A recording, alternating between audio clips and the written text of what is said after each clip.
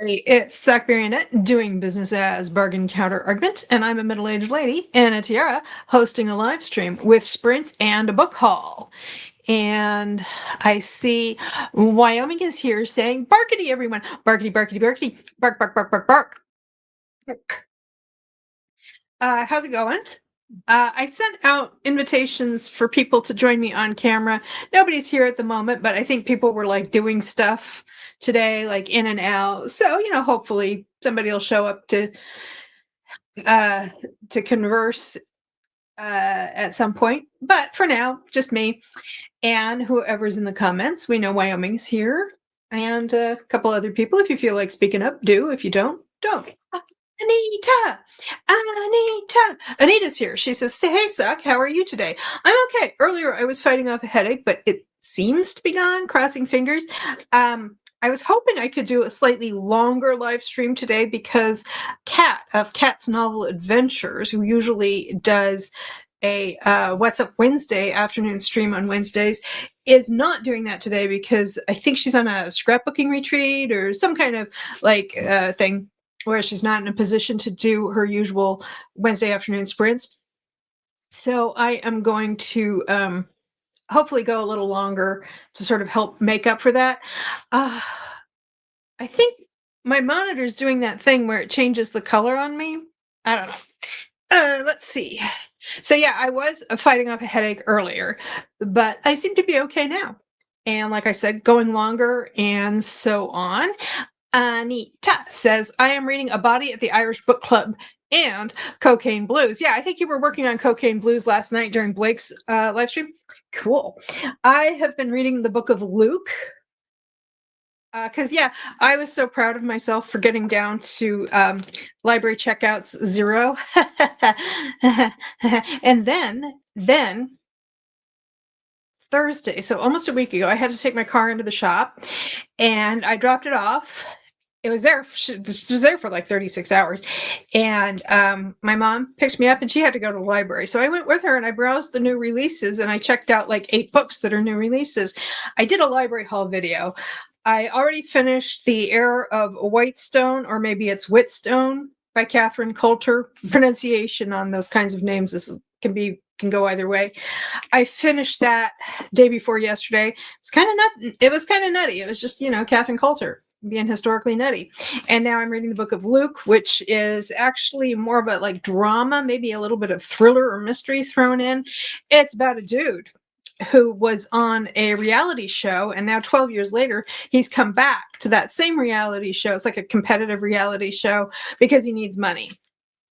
So I'm enjoying that. I'm about 20% of the way through. Let's see. Anita, Cocaine Blues is by Carrie Greenwood. Nice.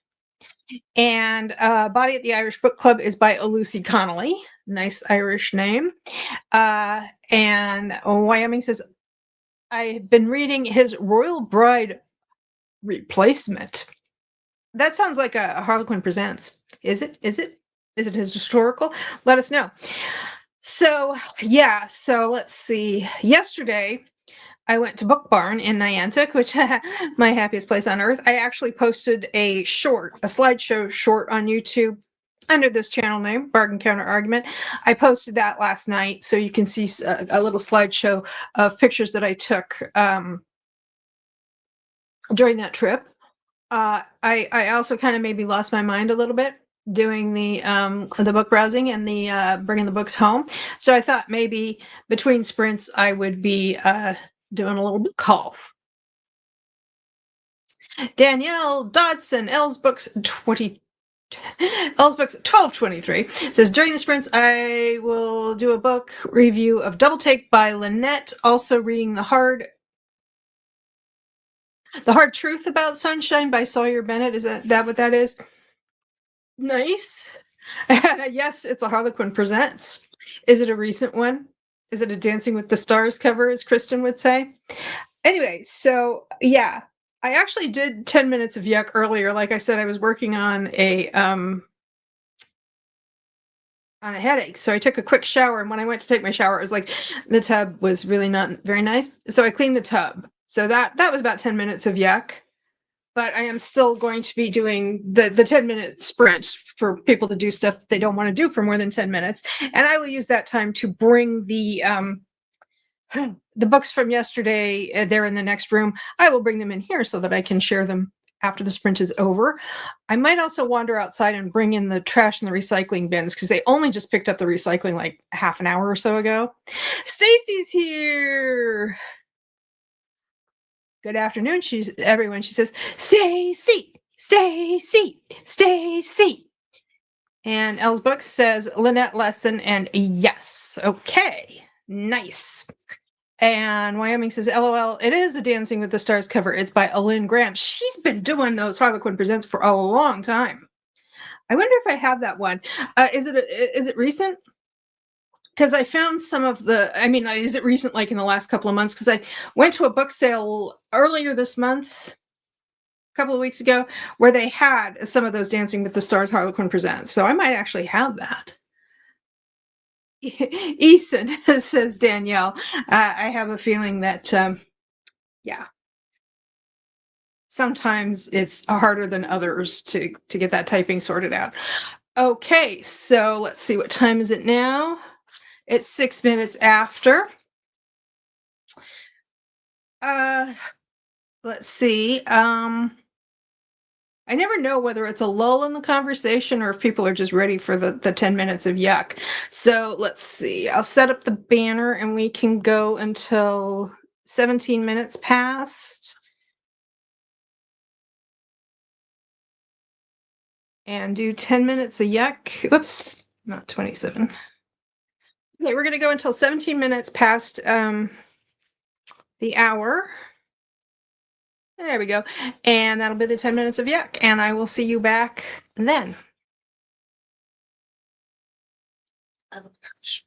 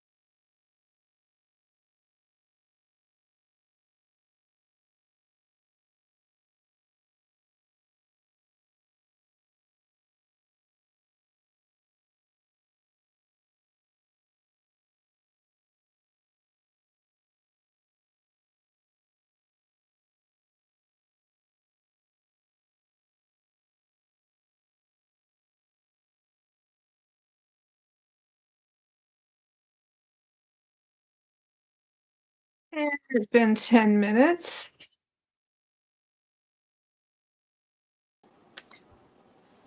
Hello. Good afternoon, fellow tiara wearer. Let's see mine. Bring it in. Oh, very nice. Very nice. Well, I briefly put on the lighter weight tiara that you sent me because I went out to bring the bins in from the curb and I had to borrow Mom Marionette's sun hat. And my goodness, either I have a very large head or she has a very small one because it was kind of tight. And I was like, I think I want to wear a lighter weight tiara. But then when I saw you were bringing the bling, I was like, yeah, I better keep pace. So. Well, now I know what you mean when you say like it hurts your head after a while. Because like this one has the little pointy things. Yeah, I don't like the little right here. Yeah, I have a couple of those with the little pointy things. They always get caught in my hair, and they don't really. They don't improve the tiara wearing experience. So I got to get a pair of tin snips and just clip those off. Oh yeah, maybe that's because it's nonsense. Do not care for it. Wait, I forgot to hide the banner. There we go. Well, we had some people who came in during the sprint,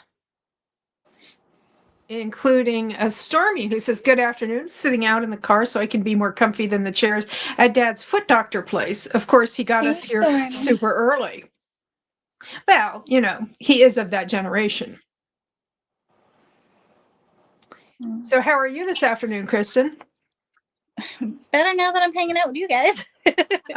Well, wait, it's not afternoon where you are yet. It's still it's still morning. But you have this look on your face like it feels like it's early evening. Mm-hmm. Anyway, Stormy added, so just popping in to say hi. Hi, Stormy, if you're still there.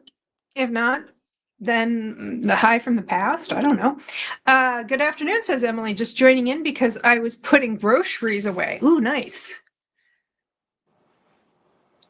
I don't know if you can hear that, but the recycling was like super late today and it's out there and the brakes sound like whale song. It's a whole thing.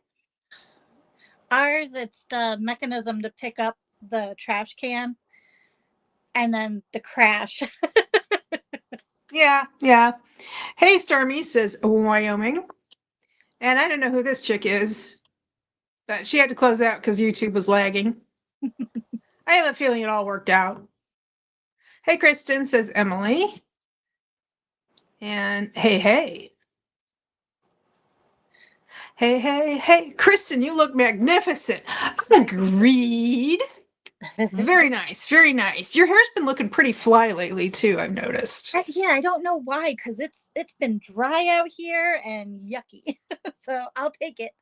Maybe it's contrarian hair. Maybe. Mine is like this awkward length because I just had it cut like a couple of weeks ago, but the layers are like this awkward length and it's like not quite where I need it to be yet. Right now it's still damp because I took a shower like not too long before I hopped on and cleaned the tub. Boo. That was your 10 minutes. Yeah. Anita finished eating a tuna fish sandwich. Ooh, that sounds good. And read about a chapter. We had mac and cheese, and I didn't feel like eating salad. Sometimes, like, the thought of trying to digest raw lettuce is just, like, too much for my system to cope with. So I thought, I'll have a salad. And my system was like, absolutely not.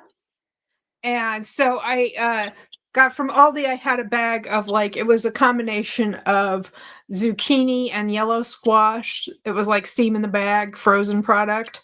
Yeah. So I did that and put that on the plate because it was like, once it's been steamed and cooked and it was zucchini and squash, so I was able to eat it just fine with my mac and cheese. So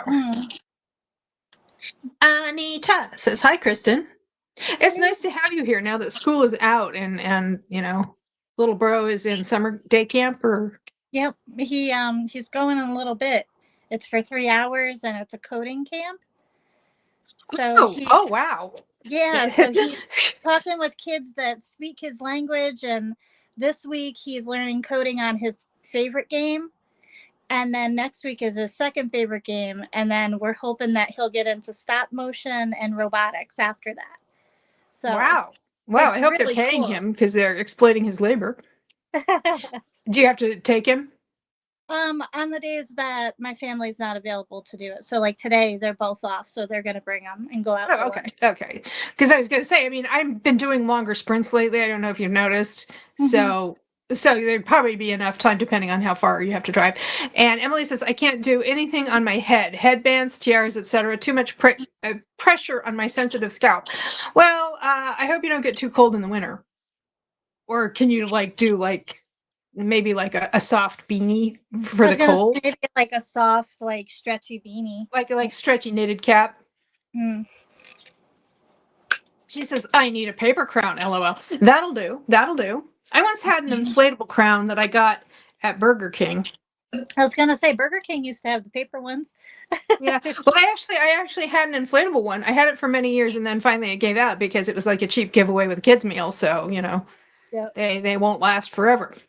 So yesterday, guess what I did yesterday? Guess. It's a hint, hint. It's in the thumbnail. I was gonna say, is it in the thumbnail? It's in the thumbnail. And I did a short. I posted a short last night.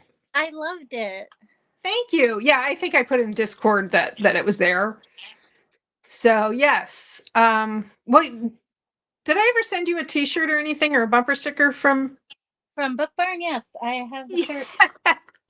Hooray, hooray, hooray! Book Barn. That's fun.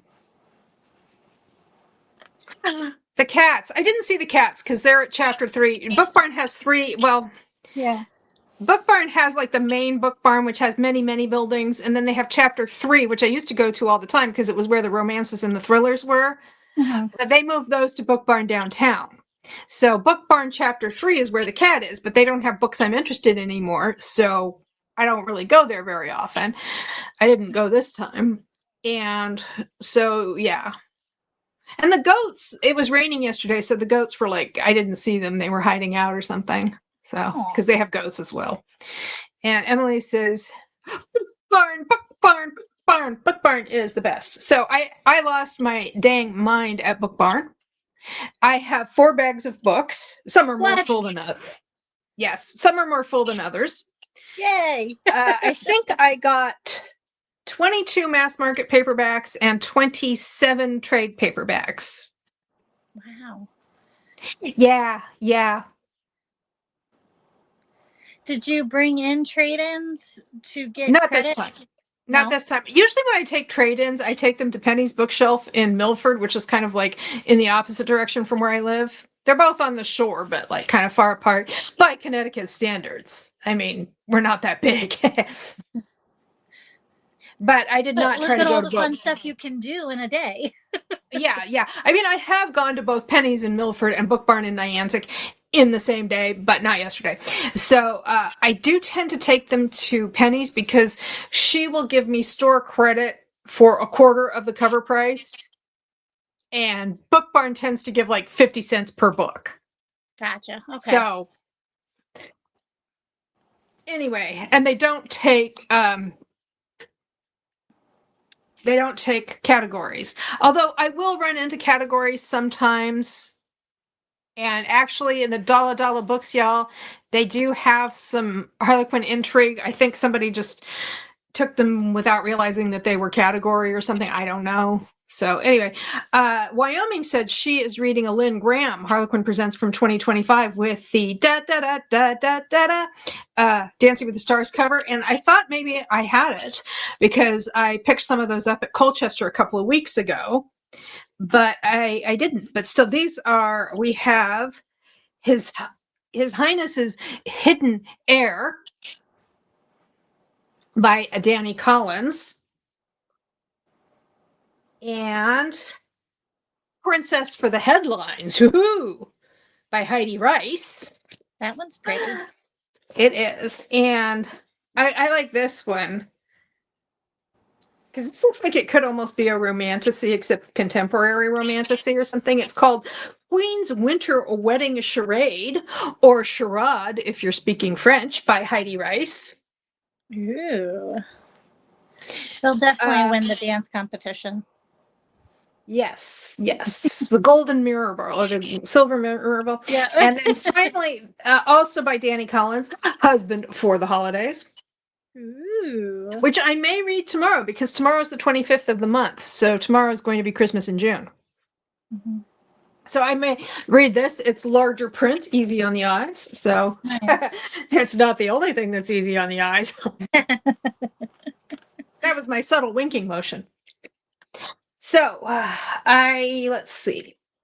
So I think I'm going to start us off with some trade paperbacks. I just grabbed a box, one of the bags, because like I said, I have 4 bags. So I just grabbed it, brought it in here. Dive in and see what comes out. Okay, first was just kind of like an interesting, unique sort of find.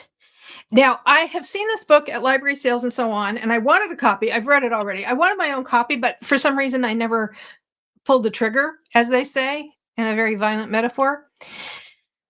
But now I know why I was waiting, because look, it's Deep End by Ali Hazelwood. Ooh. It's sparkly. And somebody's already bedazzled it. I love it. Now, I think I might figure out how to do this because they bedazzled the cool aspect of it and the title. But I think maybe I should bedazzle her fingernails. There you go. Anyway, because Montgomery and Taggart, Connecticut's first and so far only romance bookstore, every once in a while they'll have like a seminar where you spend some money and you come in and you can bring your own book. It's like, oh, some of these are coming off.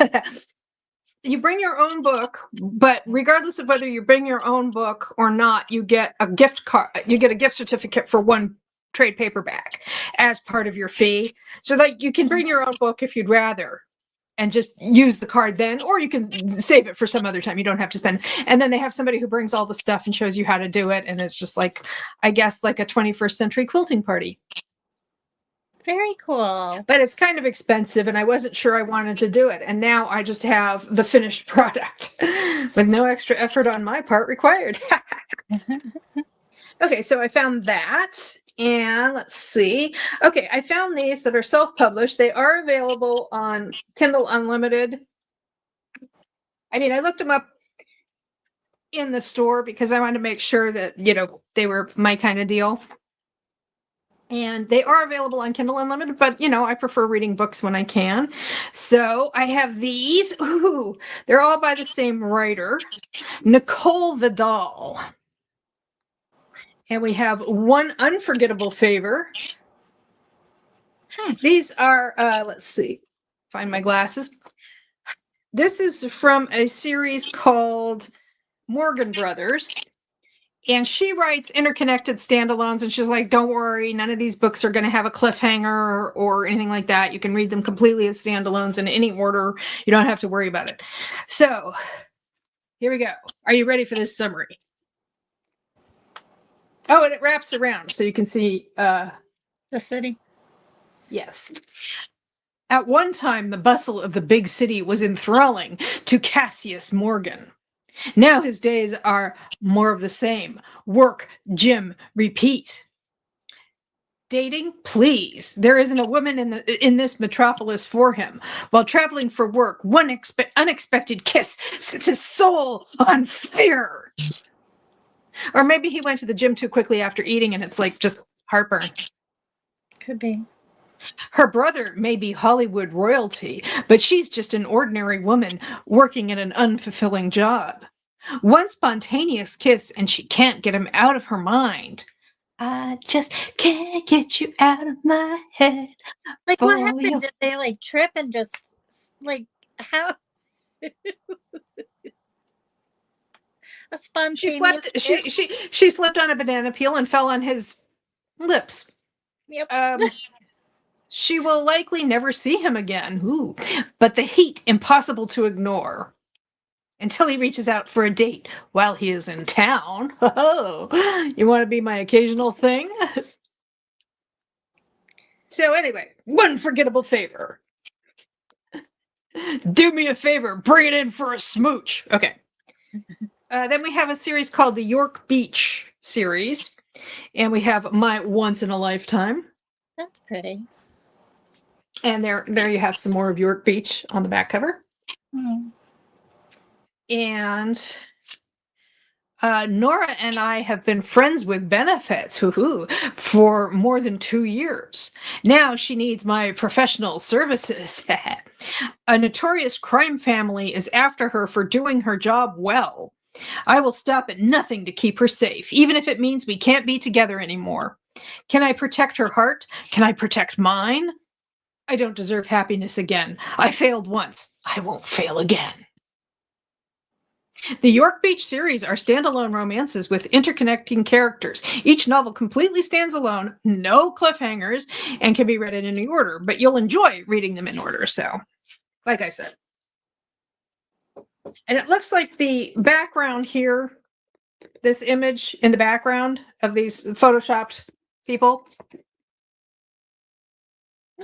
We've lost Kristen. When you've lost Kristen, you've lost America. Sorry, little bro's asking me something. Hi, little bro. Where was I? Oh, let's see.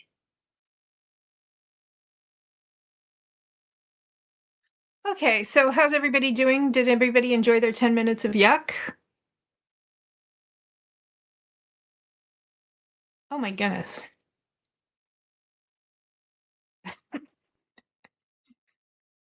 Kristen's been drawn into a web of domestic intrigue.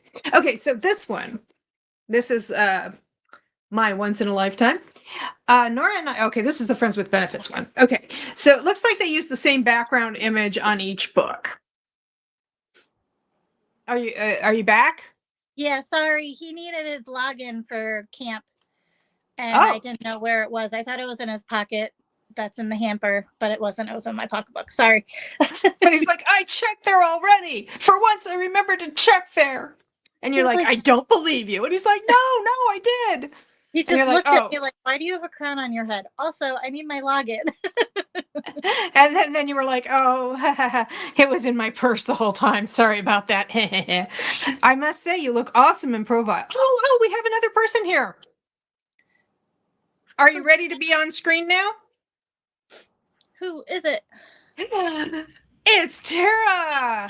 Hi, Tara. How are you doing this afternoon? Hi. Good. How are you? Not bad. I had a headache earlier, but it seems to be gone. You missed the 10 minutes of yuck, or did you? I mean, I was dealing with yuck. Oh, okay. So how's summer break treating you Kristen, so far? How are you? Good. Pretty good. I can't complain. Emily's like, sorry, my Tara! computer just restarted. We're good now. Anita says, hi, Tara. Because you can't spell tiara without Tara. Very true. I wish I had one. I need to get one. A craft project for during the next sprint. Did you see my sparklies? Oh, I found this at Book Barn yesterday, the used bookstore. It's a copy. Yes, somebody already bedazzled it.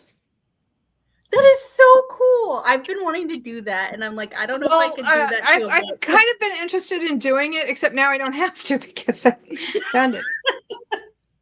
It was just such an interesting find for a used bookstore. Right. Yeah. Wow, says Wyoming. Hey, Tara. Hey. Okay, where was I?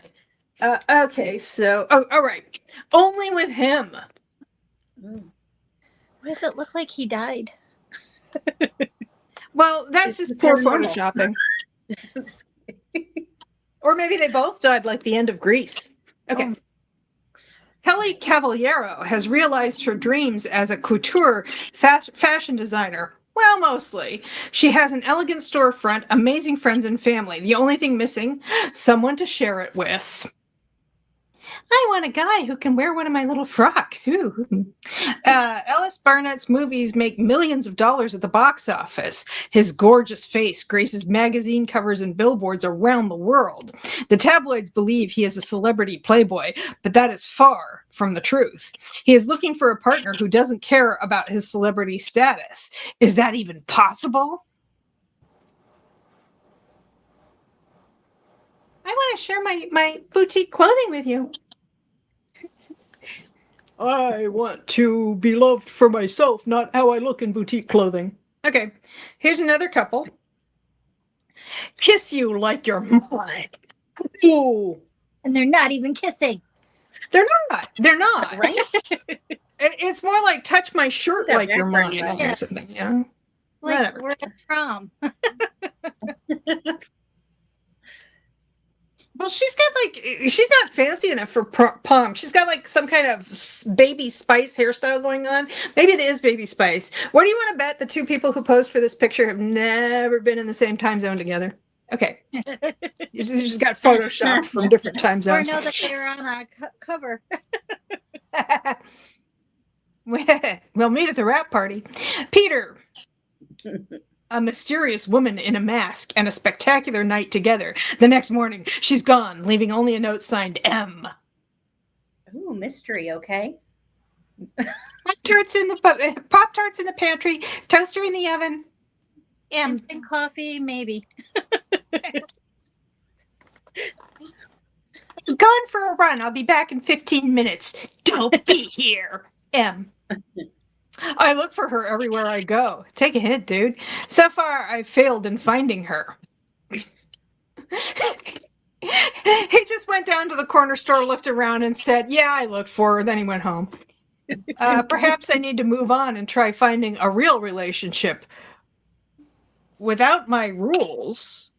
Oh, I guess he had rules. These back jacket covers are not very well written. Which makes them like pro-fic. I mean, this is like I hope the books themselves are better written than this, I was just because thinking I went out on a limb here. hoping that the books are written better than the back. Yeah, because I kind of, like I said, I went out on a limb This here. does not bode well. Yes, her name is not M, it's Billy. I guess M stands for me. I don't know. Maybe it's her last name. I didn't need their ultimatum and ventured out on my own. Now I don't know who they are. Maybe we'll be told, or maybe we're just, Now I have a fabulous job, a cute condo with water views, and a gorgeous boyfriend. Things are looking up. I thought I was in the clear. My parents had other plans. Can my newfound freedom and love survive? I just feel like there's some stuff missing from these sentences. Or something. Some vital elements. Like what's happening.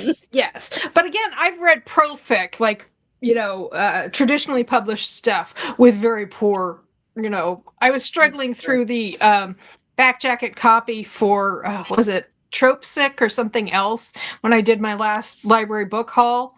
And I was just like, I understand the individual words in this sentence, but they don't make any sense. They're just strung together in a holistic way. I feel like, okay, now let's see, just one more. The Came with the Frame couple. It does look like that. Can two people looking for peace find it in each other? Depends on how hard you look. Maggie, my boyfriend, has been sleeping with my best friend roommate and has been for months. My boss is a witch. A flat tire in the rain during the holiday rush? Perfect. Could this day get any worse? I would never ask that question because the answer is always, oh, yes, it can. Okay. I don't need rescuing, but he's gorgeous. Well, being rescued is okay if the guy's good looking. That's just science. Grant, my family hates my honorable career. Dishonorable family, honorable career. Something's got to give. All I wanted was an easy extra shift with no calls before the holiday. Now I need to rescue a damsel in distress. Could this day get any worse? Again, don't ask.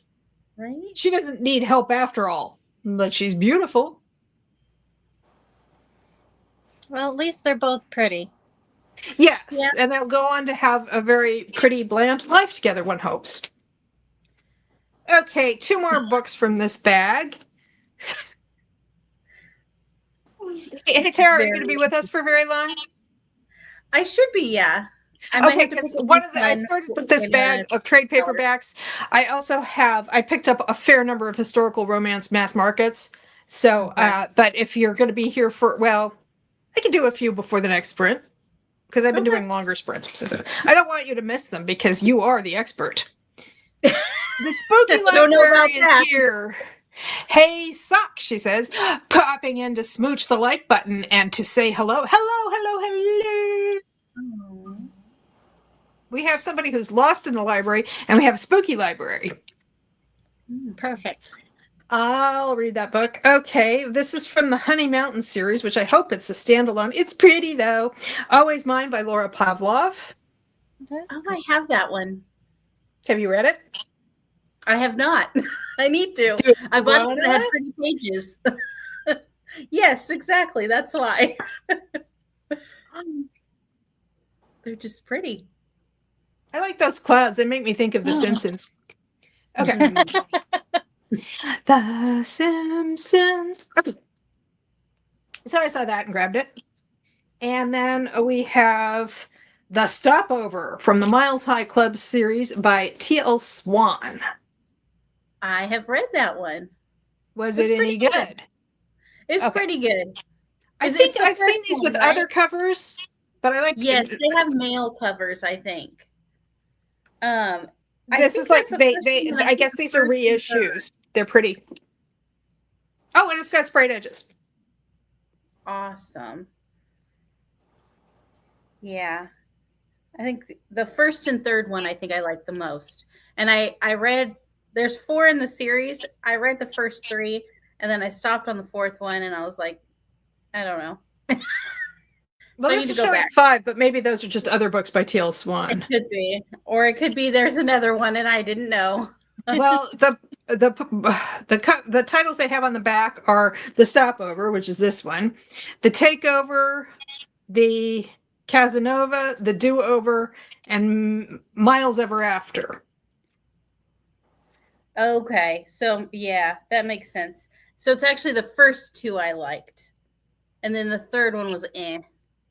And then so I just didn't go to the 4th one. Okay, we're running Or the fifth into a common problem with Book Barn. For the mass market paperbacks, they slap a bright orange sticker on the front. No. I hate that. Oh dear. Well, I thought it was coming off, but it took some of the cover with it. We have this is like, I think it's a contemporary, at least a contemporary for when it was written, which was copyright 1988. So I guess now it's an historical, but then it was a contemporary. It is called Leaves of Fortune. Right. It's by Linda Barlow. Ooh. It's cute. I kind of like it. It's rich people behaving badly. Like that's what it seems like, the cover. I could get that. This is like we're spilling the tea literally. These are some of the comment the whatchamacallits, the blurbs. Something for everyone, money, lots of it, as well as power plays, revenge, death. From India's Himalayas to Boston's Beacon Hill, Linda Barlow's novel of love, lust, greed, incest, and ambition whirls at a rapid clip. Well, if it's got all of this, I mean, it is over 500 pages, but still, that's a lot to cram into a book. Yes. 2 strong, dynamic women, a forbidden love, a tea importing empire started in colonial New England by an alleged witch, a family curse. These are but some of the elements in Linda Barlow's enthralling contemporary saga. What oil is to the Ewings and wine is to the Channings, tea is to the Templetons, holds readers spellbound to the last page. So we're spilling the tea. And guess what? It's a step back. Ooh. Fancy. Oh, look at that dress. Oh, it looks fancy. A lot going on. So, yeah. Leaves of Fortune. Get it? Tea Leaves of Fortune? That's pretty good. Very punny. I love these kinds of books. I want nothing but Judith Krantz all the time. Let's see what else. Okay. We have a time travel. Trying to remove. That one came off quite easily. It's funny, I find these books with these stickers on them all over southern New England because people go to the book barn and then put them in little free libraries or library sales or whatever. And this is by Gwen Creedy. I think I got a couple by her this time. Timeless Desire. Ooh. Was that published in like the 2000s? 2012. Okay. Pretty close. Yeah. Mhm. Somebody once paid $1.29 for it at Ollie's. Nice. Wow. Anyway, so she's librarian. She's a librarian. Of course. And her name is Panna Kennedy. At least it's not Panna Cotta. I crack myself up. She battles budget cuts, eccentric patrons, and the loneliness of early widowhood until she ventures through a long locked door under the library stairs and finds herself in the opulent 18th century castle library of the dashing and dangerously handsome Captain Jamie Bridgewater. This is one of those deals where she goes back in the past and invents the Dewey Decimal System. Cool. He is embroiled in a risky game of high-stakes subterfuge on the English-Scottish border, or is it the Scottish-English border, where loyalty to the wrong cause can cost you your life. Well, yes. Try being a San Antonio fan in New York. Let's see. Their adventure takes them across the border into perilous and passion-filled territory. Yeah, I didn't think you were hot until we crossed that border, and now I'm good to go. But when Jamie is caught and Panna realizes she holds the key to his destiny, will she return to safety as he demands, or follow her timeless desire? Dun dun. Title drop. Yeah, let's see if I can find the other one, because I just me and the clerk were just kind of shoving these into my bag. Okay, let's see if I can find the other Gwen McCready, and then maybe we can take a break or take a sprint. We're breaking from the sprints. Okay. Somewhere in here. Oh my goodness. It's the last one. I forgot I also got a bunch of contemporaries because they're kind of all shelved together.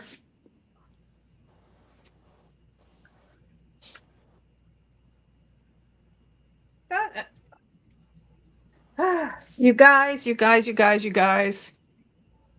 So Did you think I was going to have my act together today?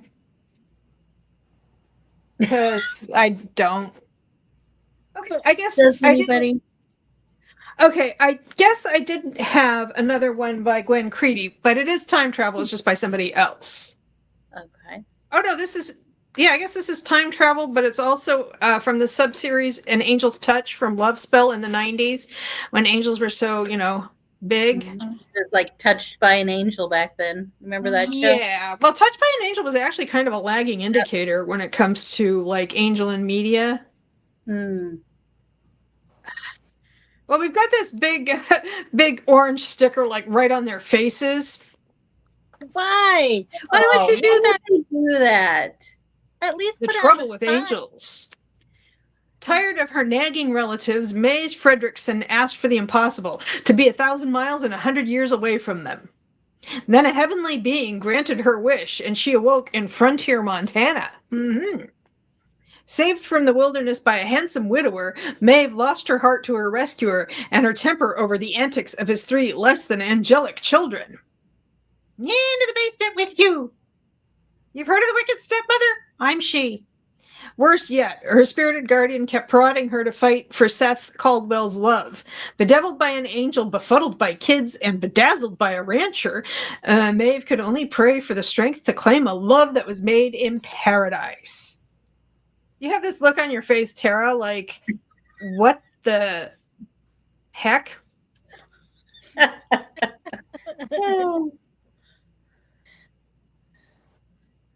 Tara just 1995.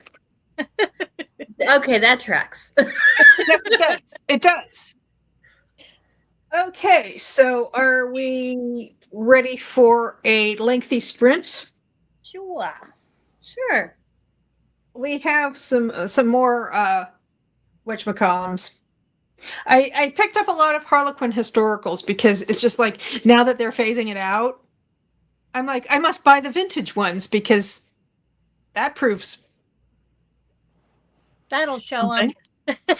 Maybe I can use some of this sprint. Well, here's a nice one because they actually put the price tag on the back and not on the front. So, but And maybe not I over a face. huh? Not over a face either. No, maybe I can use the sprints to remove some price tags. Okay, so we are gonna go for what time is it? We are gonna go until 45 minutes past the next hour. So that's a little more than 45 minutes because it's 8 till. So it's 45 plus 8. So 53 minutes. Sure. Okay. I think my math is correct. Mhm. Anita says, "Suck, you are having so much fun with these books." Yeah, I mean, I don't even really need to read them at this point. The entertainment is in the having. Okay, so we are going to, let me just see, we're going to go until 45 minutes past the hour. So that's more than 45 minutes, but less than an hour. Let's see. Sprinting until, whoa, my gosh. Why are you so difficult to work with? Not you guys, this. StreamYard.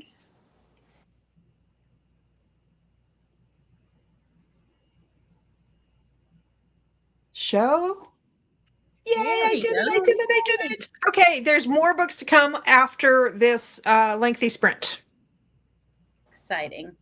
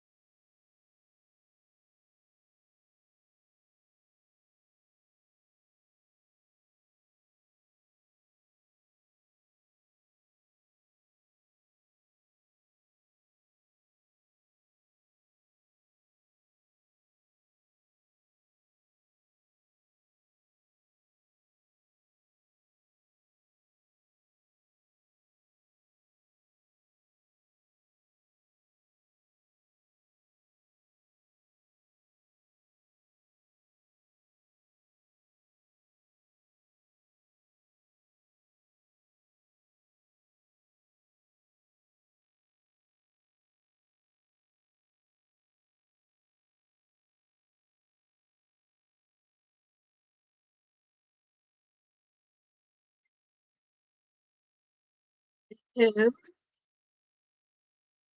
we just had almost an hour of sprinting business. And how'd you do? Good. I was falling asleep, so I closed my eyes for a little bit. Anita was asking what you and Tara were reading. I am reading Inked Out. I was inspired by Tiffany from Beach Bum Bookworm. She was talking about saving cozies, and they were all like together.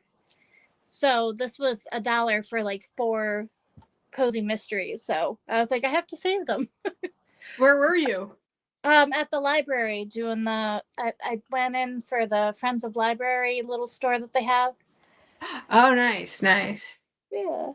This is really cute. It's in Maine. It's Snug Harbor, and Max Sawyer is a bookseller, and somebody from a writing group has died overnight, and she doesn't know what happened.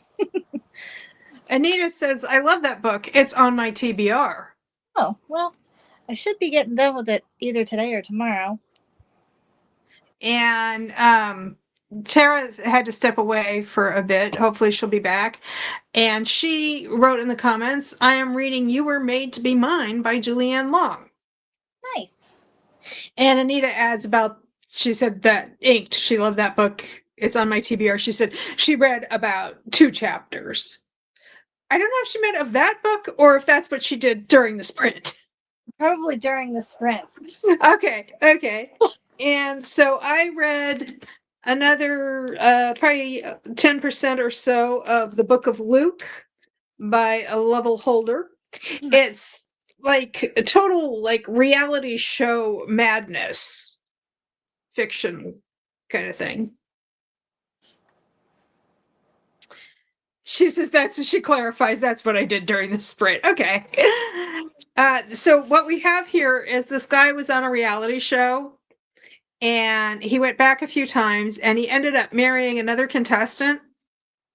And now he hasn't been on reality show in a while because his husband has become a senator. But he's like supposedly he's like America's only openly gay senator. Because I guess Tammy Baldwin doesn't exist in this universe. But he's also like one of those guys who's like passing anti-trans bills and stuff like that.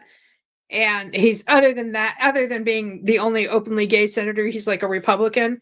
So a lot of gay people are like, yeah, we don't like you, dude. And but it turns out that this husband of his has been cheating on him, like serially. So it's like reality TV meets The Good Wife. And so Luke, who's the one who's been cheated on, goes back to reality TV to make some money because he doesn't really have that much money of his own. And he needs to have somebody to represent him in a custody battle. Okay. Because their kids his husband was the biological father of their children, and Luke's sister was the biological mother. Yeah. So his ex-husband is trying to make the argument that Luke himself is not a parent of these children, so he doesn't deserve custody. So that's messy. What's going on with the reality TV show is messy. And it's very gossipy about fictional characters, but I'm having a good time with it. Interesting. And it's an interesting perspective to write from, too. Yeah. This is the first novel by Lovell Holder, and he's a filmmaker, actually, so... Cool. I think he had a lot of fun coming up with, because the idea is that the show that they're on is like it's reality TV. Everybody who's on this show has been on other reality TV shows. Gotcha. So I think the writer had a really good time coming up with fake reality TV shows for them all to have been on. So Like there's one about these rival Dallas oil families whose surnames are Mason and Dixon, so of course it's called Mason Dixon, and other things like that. So, are we ready to look at more books? I had to switch out for the lighter weight tiara because my head was bothering me a little. Yeah. So, let's see. What's in the bag? What's in the bag? I think these are from the book barn that, well, I don't know. Because there's the one book barn that I went to, which is like where the romances, the thrillers, and so on are. And then there's the other one that's general fiction, but it's also where the new arrivals are. So sometimes you'll find romances and whatnot there. Okay. So this is an historical, not a romance, but just historical fiction. The First Princess of Wales, which is about Joan of Kent, who ends up marrying the son of the king, who was Edward the First Prince of Wales. So this is like 13 something during the reign of Edward III. So it's the 14th century. Gotcha. And yeah, these are the books I picked up at the other book barn. The Incarnations by Susan Barker, which is when a beige, oh, it's a step back, but it's the boring kind. Just marketing material. When a Beijing taxi driver begins receiving mysterious letters left in his car from someone claiming to be his soulmate, he becomes convinced he has a stalker. Who could know Driver Wong so well and yet be capable of writing the searing letters which speak of a shared past that spans over 1,000 years? Wong's previous lives are vividly described by the secret writer, taking him back in time to a spirit bride in the Tang Dynasty, to a young slave on the run from Genghis Khan, to a concubine plotting to kill the emperor. Each letter feels at once familiar and terrifying, as Wong feels the watcher growing closer and closer. Seamlessly weaving Chinese folklore and centuries of history with a taut story of intrigue, betrayal, and love, The Incarnations is an astonishing tale for the ages. Interesting.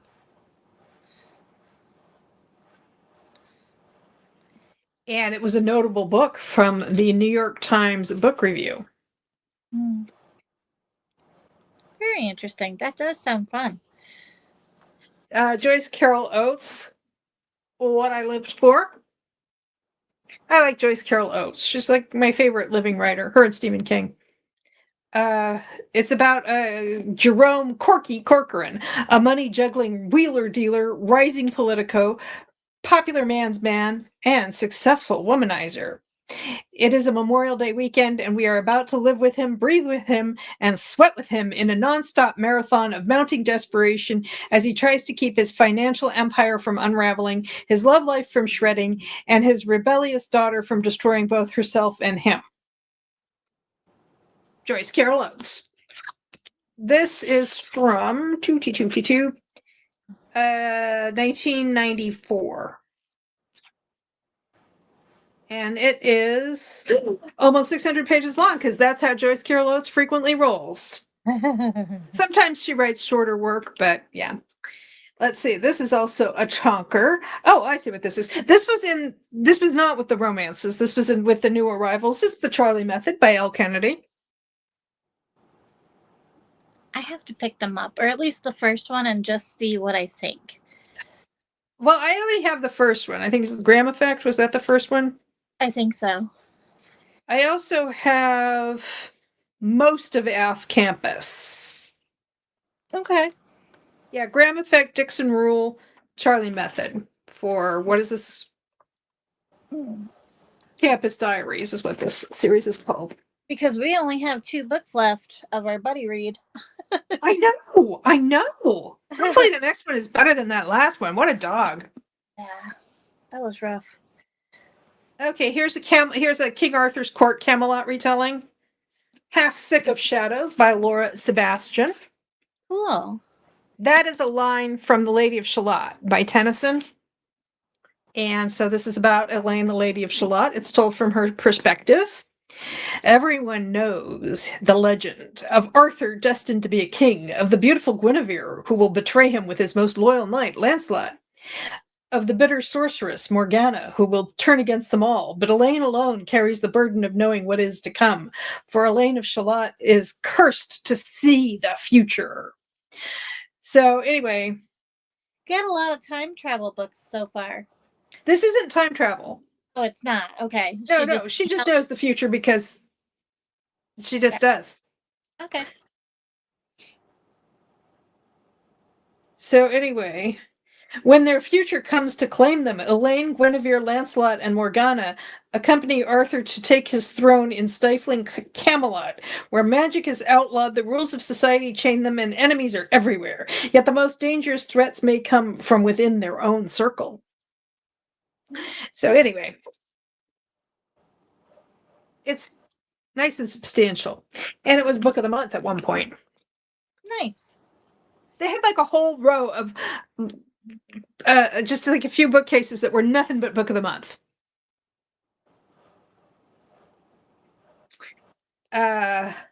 This is a large print, Ms. Demeanor by Eleanor Lippman. Nice. Jane Morgan is a valued member of her law firm, or was, until a prudish neighbor catches her having relations on the roof of her, in case anybody's small children are hanging out, on the roof of her New York City apartment building, and calls the police. Before Jane can despair at being sentenced to 6 months of home confinement, the doorman lets slip that Jane isn't the only resident wearing an ankle monitor, and she strikes up a friendship with fellow white-collar felon Perry Salisbury. I don't think that was a white-collar felony. I think it was a no-collar felony. Okay. As she tries to adapt to life within her apartment walls, she discovers she hasn't heard the end of that tattletale neighbor whose past isn't as decorous as it seemed. Why are police knocking on Jane's door again? Can her house arrest have a silver lining? Can 2 wrongs make a right? Supposedly it's funny. And Jill Shelvis. Smart and sexy.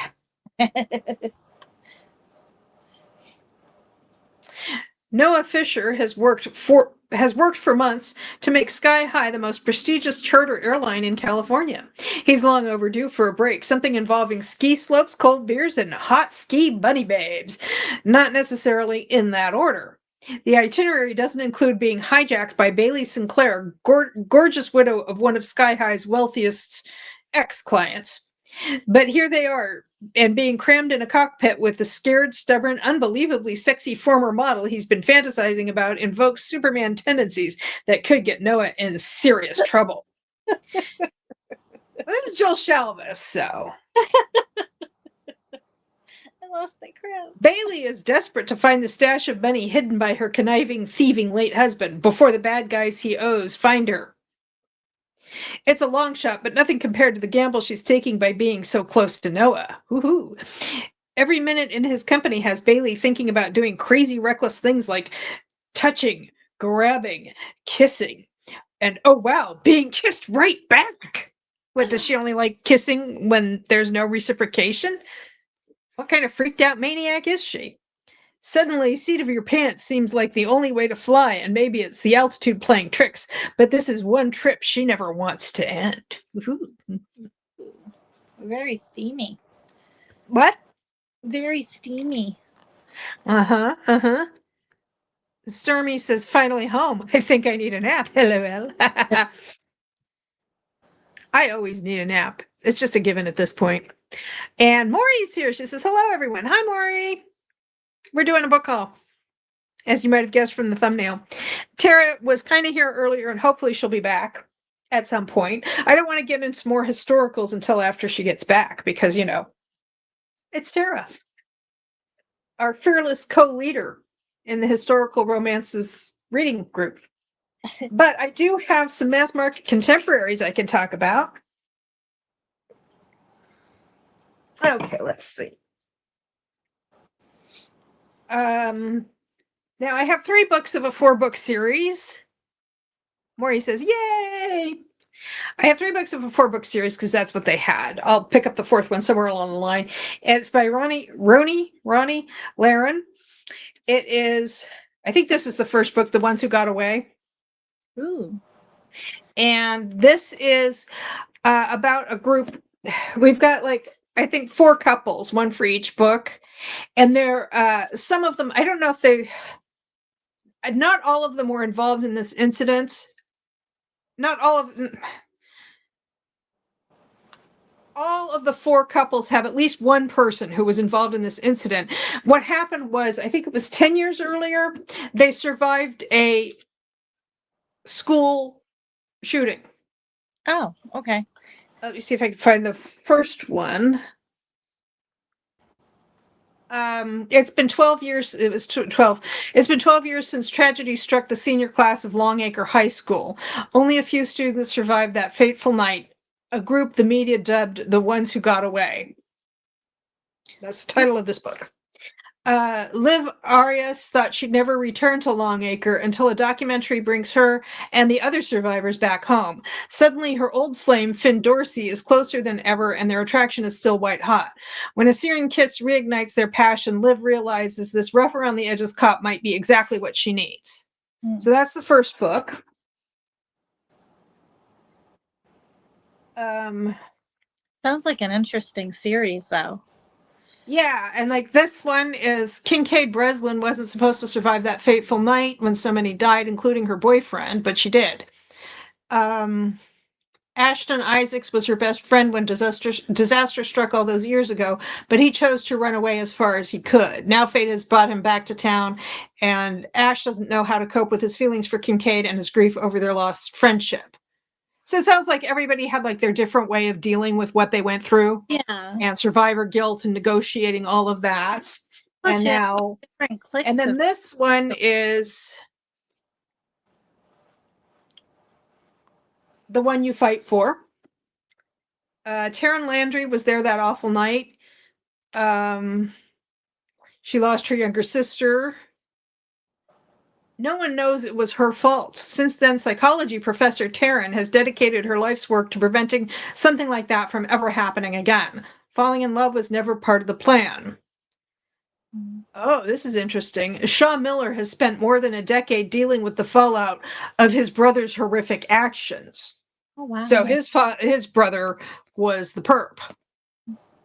So, and then there's a 4th one, which they didn't have, like I said. These might be on KU. Okay. Let me take a quick look. Let's see. The Ones Who Got Away.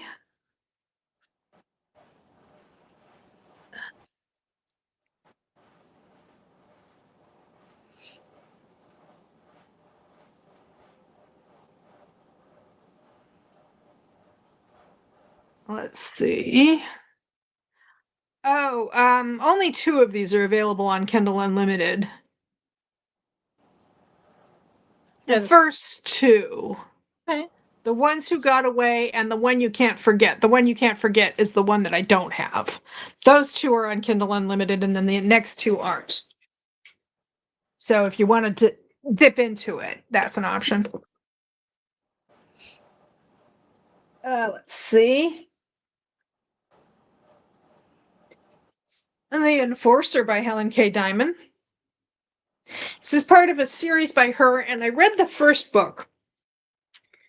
I started it last October, and then I didn't finish it until a couple of weeks ago. Not because I wasn't enjoying it, but because I just put it down and then didn't pick it up again for several months. Oh, look, they put the sticker on the back. So this is about the trials and tribulations of a guy who does not have the top half of his head. Aw, poor guy. I mean, a lot of security models had in though. Huh? I said a lot of models had half a head on covers in the Yeah, he needs to. He should get together with this chick who doesn't have a face. Anyway, security expert Matthias Clark hunts down people who don't want to be found. His latest prey, the sole survivor of a massacre that killed his brother years ago. Kayla Roy claimed she was a victim of the carnage, then she disappeared. He thinks she might actually have been the killer. Ooh. Because I thought this was part of the same. Yeah, this is from the series Games People Play. And the first book was called The Fixer, I think. Okay. Yeah, The Fixer was the first book. That was the one I read. And I enjoyed that. So I was like just looking to see what they had by her. And they had this from that series. And they also had this one, Facing Fire. Ooh. Bad Boys Undercover. Nice. You just look at him and you're like, hey, did you just come from the gun show? And he's like, ma'am, I am the gun show. When his uncle is brutally murdered, Josiah King knows that business just got personal. His uncle's ties to the Alliance can mean only one thing. Josiah and his Black Ops team are targets, along with everyone they love. Primed for vengeance, Josiah is determined to unravel the plot until long-legged redhead Sutton Doll becomes a dangerous distraction. She's very good at uncovering other people's secrets and protecting her own. When Josiah bursts into her life, she's torn between pushing him away and asking for his help. Mysterious, strong, and much too sexy, he's a puzzle she longs to solve, and a temptation she can't ignore. 6 letters down, starts with B, ends with it's biceps. Stormy says, I hate it when they chop off half the head or they have no face. It makes me not want to read them. Well, at least this guy is fully conjugated in all the tenses. Yep. Well, guns and all. I mean, I'm assuming that he has lower limbs. But so this is Bad Boys Undercover. This does not sound like it was the first book. The first 2 novels were Playing Dirty and Falling Hard. So, yes, I'll have to keep an eye out for those. Let's see.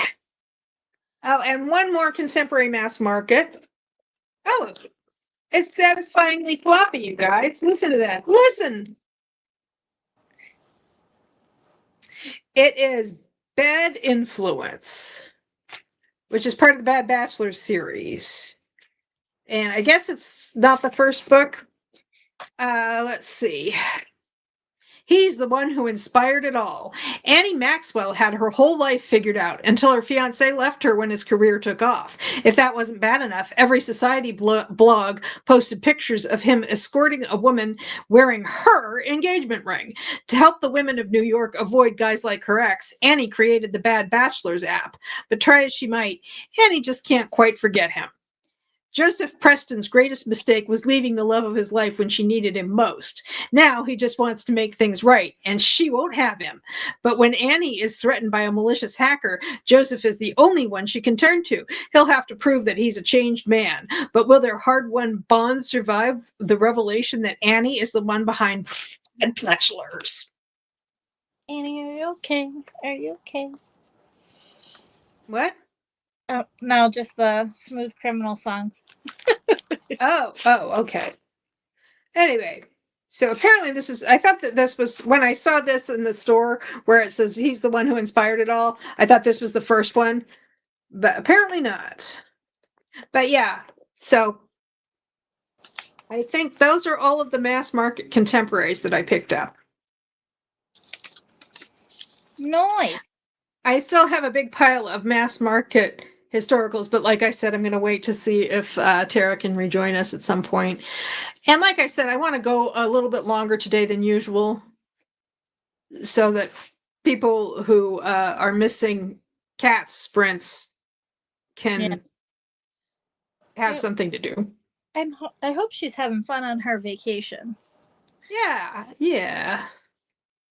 I hope it's not like they get there and it turns out nobody thought to bring a cocktail shaker. That would not be. Or it storms or something like that. Yeah. Yeah. Yeah. On the other hand, I think it's like for scrapbooking, right? You can do that by candlelight. Sure, you bet. Why not? So, are we ready for another sprint? Sure. Uh-huh. Okay. I'm trying to decide if I want to go 50. Do we want to go 50 minutes? Because that'll take us to the top of the hour. Sure. Okay, let's go to the top of the hour. All right. I'll figure out lunch. What? I said I'll figure out lunch too. Oh, we have one more comment.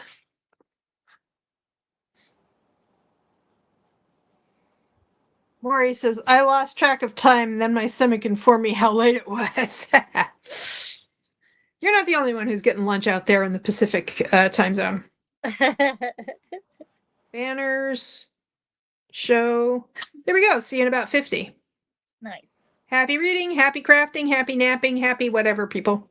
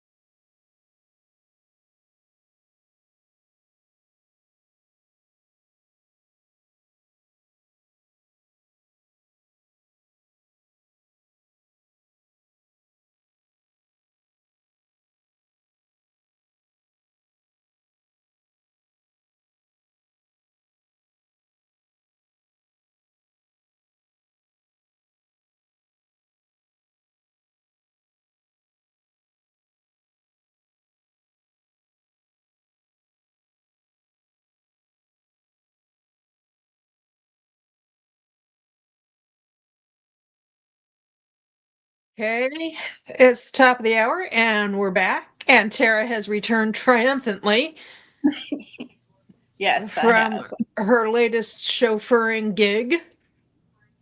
It's literally my life.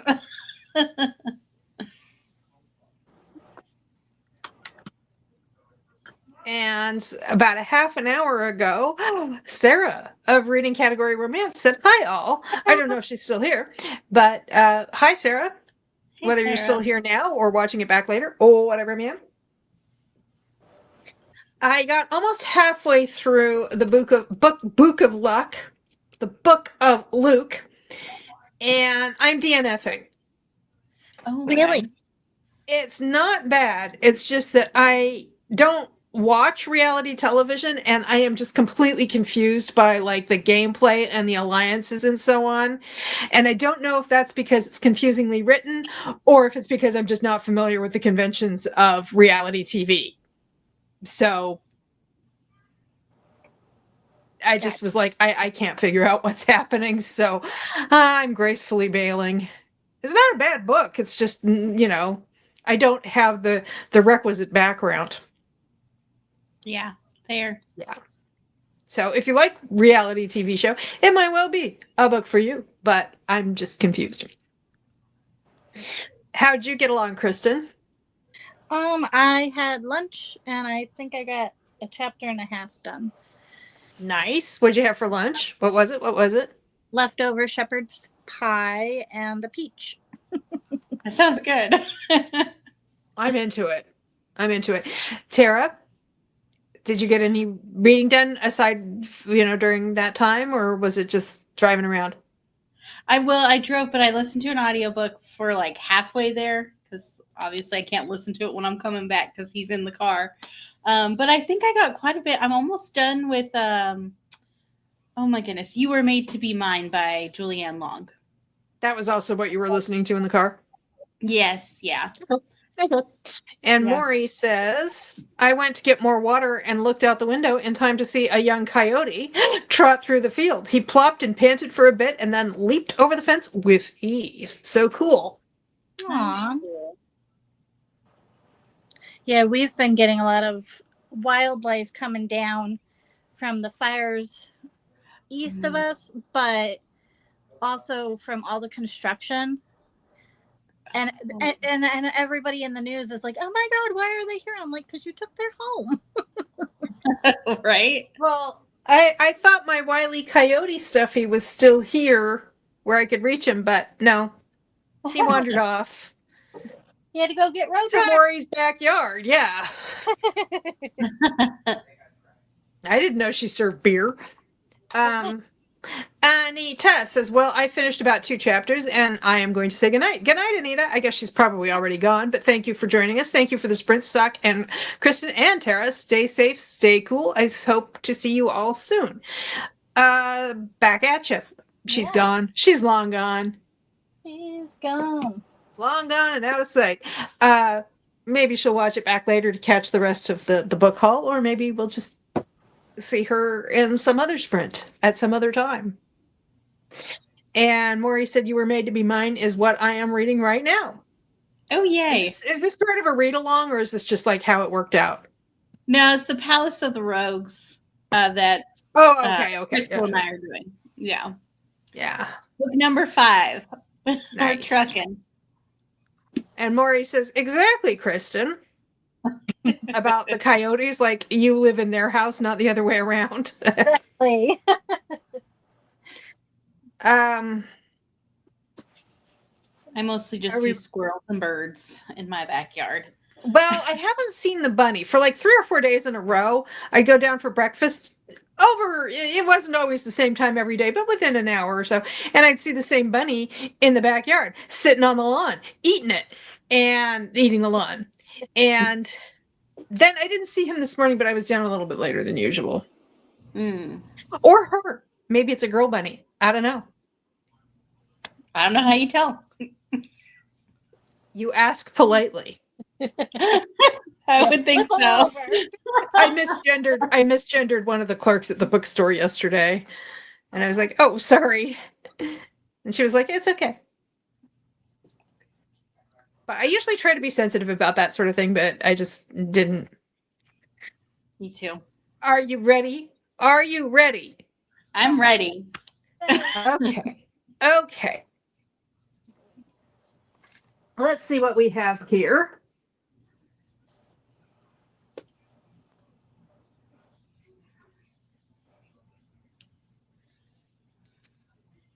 Okay. What? I'm missing a book. Oh, no. Oh, here it is. Okay, from the paranormal section, but historic nevertheless. Ooh. A most unusual Duke. Oh, he's unusual. He's unusual Unbelievable. because this Duke is not your average bear. Oh. Is he a Beatrice, the widowed Marchioness of Castleton, if you say to her, which do you choose, the man or the bear?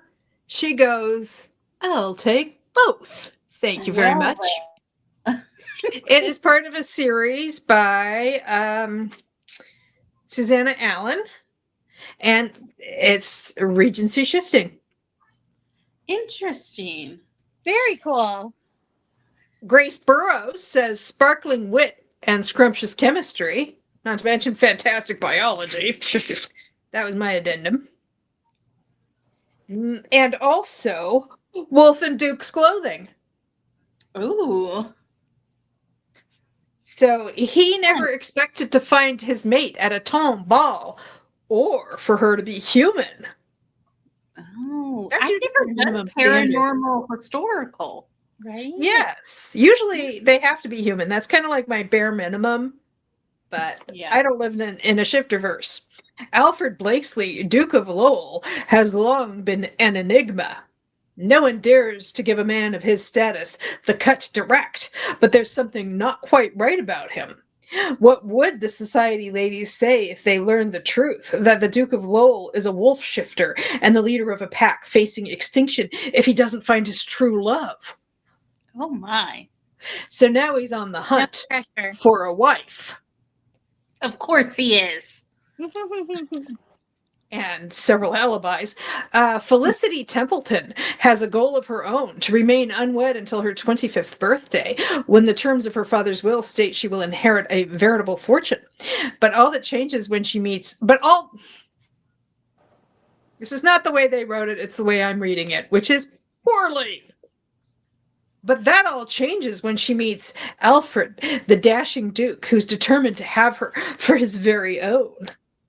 And I did not read the summary for this one about the Duke who is not your average bear. He has a picnic basket. Okay. Or was the average bear, was that Pooh? I don't remember. The Prince Regent insists his cousin and fellow bear shifter, Arthur Humphreys, the Duke of Osborne. So the Prince Regent, future George IV, is actually a bear shifter?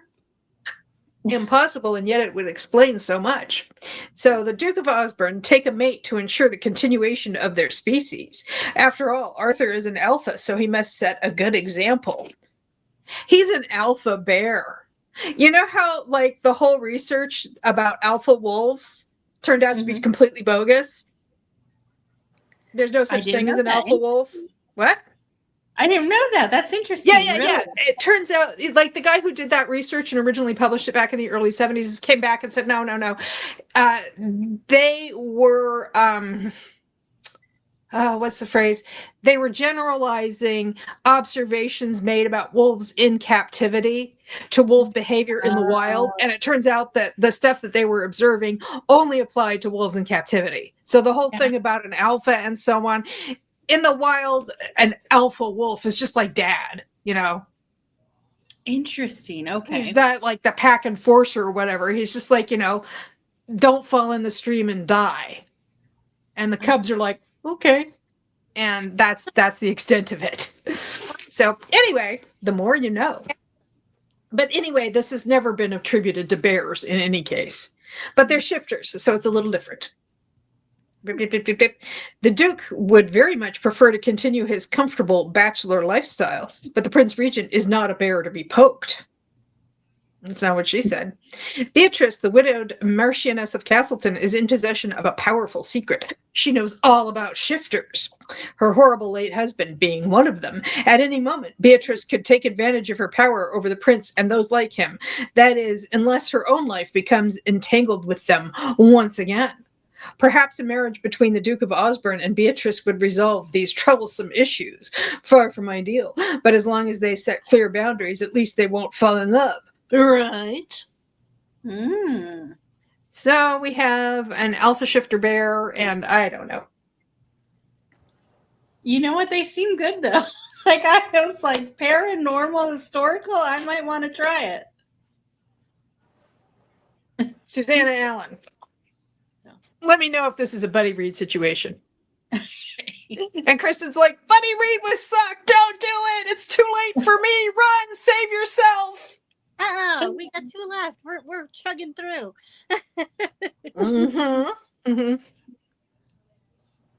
Maury says, my favorite paranormal historicals are also steampunkish by Gail Carriger. Nice. Cool. I've never heard of her. She says steam, not stam. Yes, because, yes. I figured what you meant. Okay, so those are these 2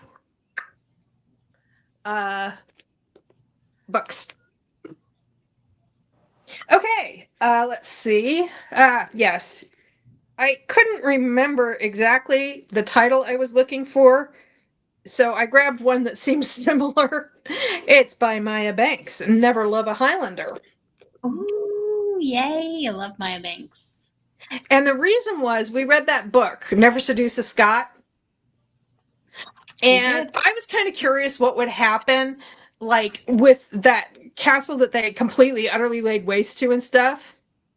And apparently, like, the next book in the series, or the 3rd book in the series, is, like, about what happens in that situation. And I was very curious, and I couldn't remember what it was called or anything. So I grabbed this one because it sounded kind of similar, but this is from a completely different series, so... Yeah, the Montgomerys and Armstrong series was never finished. She stopped writing. Oh, yeah, but I think she got sick or something. I thought she did write the book I was interested in, though. Or did she only write 1? That series. There's 2. There's Never Seduce a Scot, and then there's another one. I think the one I wanted to read was the one that she actually did publish. Okay. Is it? Because I think I have it right here. Well, send it my way. Highlander Most Wanted? Probably. Okay. Yeah, I think so. Because it's the McGinnis. This is the McCabe's, and this is the 3rd book in the trilogy. Okay, so yeah, different series. That's her earlier one. But this is the 3rd book, and I haven't read the first 2. I don't have the first 2. Oh, dear. Oh, dearie, dearie me. Palin McCabe's young, reckless heart nearly destroyed his clan. Now, putting family loyalty above all else, he steps up to marry his older brother's jilted bride and salvage the uneasy alliance between the 2 clans. When beautiful Riona MacDonald, it's a Riona! Because Kristen and I, the next book in Brutal Birthright that we're reading together, is about a character named Riona. Oh, are you reading Sophie Lark? Yeah, we are. Okay. We read we just read Bloody Heart.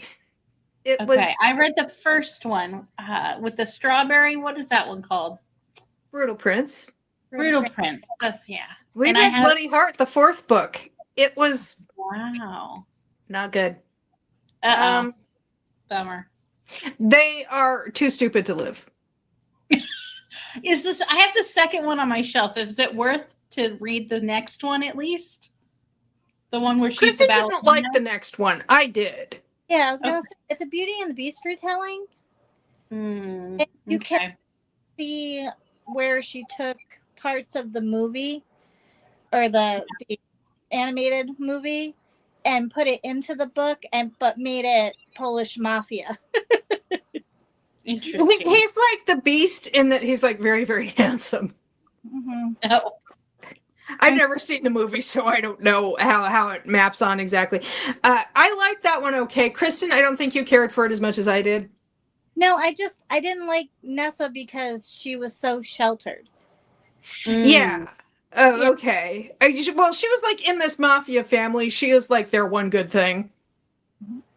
Gotcha. Yeah, So she's they like the kind of- daughter from the first family or something, Yeah, and she's the baby, kidnapped. the Irish mafia. Yeah, Gotcha. and she's like the sheltered youngest. Yeah. Gotcha. Okay. Okay. So let's see. Beautiful Riona McDaniel is a fit wife for any man. He trusts no woman, especially not this sweet temptress who torments him with white hot longing. Ooh, I'm into you, and I hate you because I'm into you. As the Fair. sacrificial lamb in her father's power game. You know what's really good with sacrificial lamb? New peas and mint. Oh my god, that's so good. Rionia will do her duty, but vows to protect her heart and her pride from humiliation. So anyway, I don't know. She has a true warrior spirit that's going to emerge in the course of the book. Just like got really warm all of a sudden. Tara's giving me this look like. No, I was just thinking about. I was like, that one seems interesting, but I was like, a whole nother series. Can I do it? Well, I think it's a trilogy, okay? True. Kristen, you were saying something? Oh no, I was like, do you want unicorn again? I mean, and this isn't long. That's It's true. like 326 pages. Oh, that isn't bad. Yeah, And I mean, it's a trilogy, so it's not like you're committing yourself to a series that will never be finished or anything. It's done. It's just done. Harlequin historical. I'm trying to do these separately. Oh, okay. This is from a company called Lesco. Lesco, which is leisure. Leisure entertainment service company. They did Love Spell and stuff. Just they're calling themselves Lesco in this iteration because this book is from the 90s, I think. Okay. 1997. And this is another time travel deal. Oh. But it's not branded as Time Spell or anything. It is branded. I tried to take the tag off, but at one point somebody got this as a 2-for-1 deal. Did they rip it? Huh? Did they rip it? What do you mean? I don't know, because it's 2-for-1 deal. Did they like take the sticker off and rip it? Oh, I see what you mean. No, they doubled it and added 30. Gotcha. It is by Coral Smith Sachs, and it is called The Shore Unknown. Ooh, that cover though. As opposed to The Shore Thing.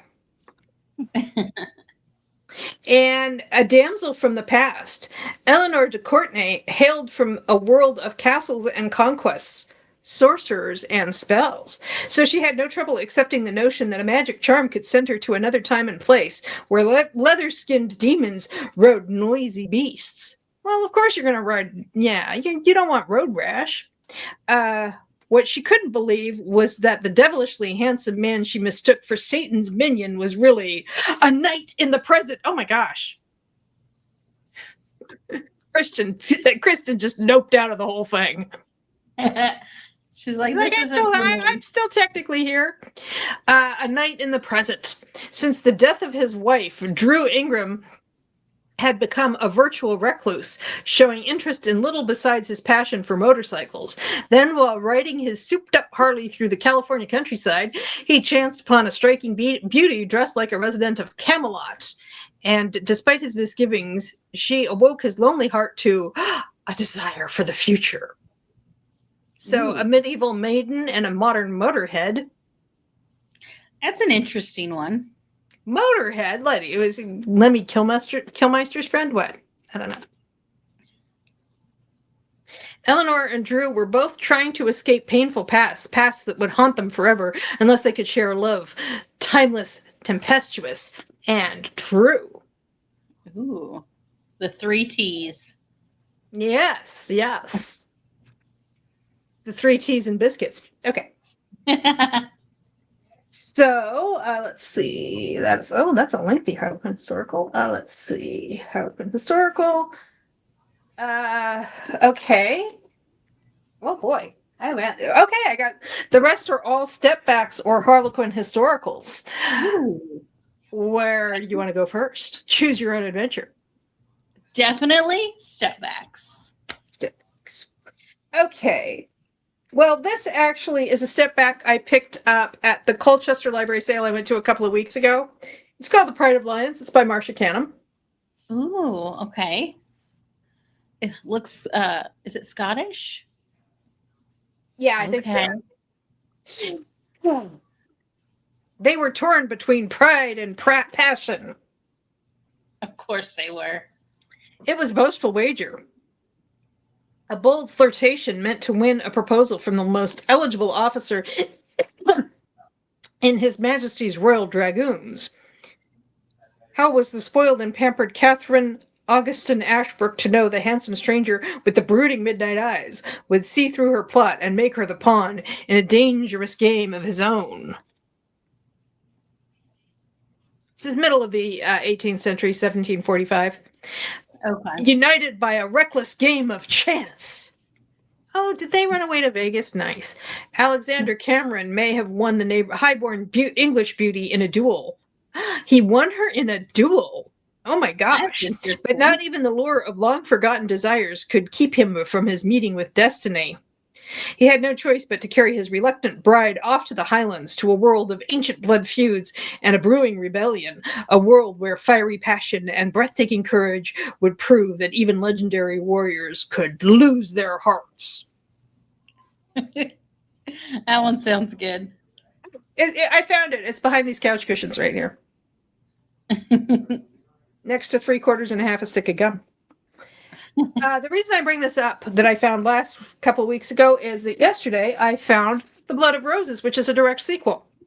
Oh. So this is so now they're married and stuff's happening. Oh, so it's like it's not following a new couple. It's following No, like I said, it's a direct sequel. Okay. It's continuing with their story. Wow. So I'm not going to read the back too thoroughly because I don't want spoilers. These are from the 80s. This is from 1989, and the first one is presumably from before that. 1988. That was the year I graduated from high school. There were a lot fewer countries in the world back then. Believe it. Where's my book? Oh, there it is. Now, night before last, I read The Heir of Whitestone, or perhaps it's Whitstone, because when it's spelled like that, sometimes it's white and sometimes it's wit, the pronunciation, like George Whitfield. The Heir of Whitestone. Or Whitstone, by Catherine Coulter, which is a new book from her. I found it on the new shelf at the library. And it's, Catherine Coulter. It's nutty as all get out. Had a good time with it. It's kind of sloppily written, but I still enjoyed myself. Well, this is like Sherbrooke's Next Generation or something. Okay.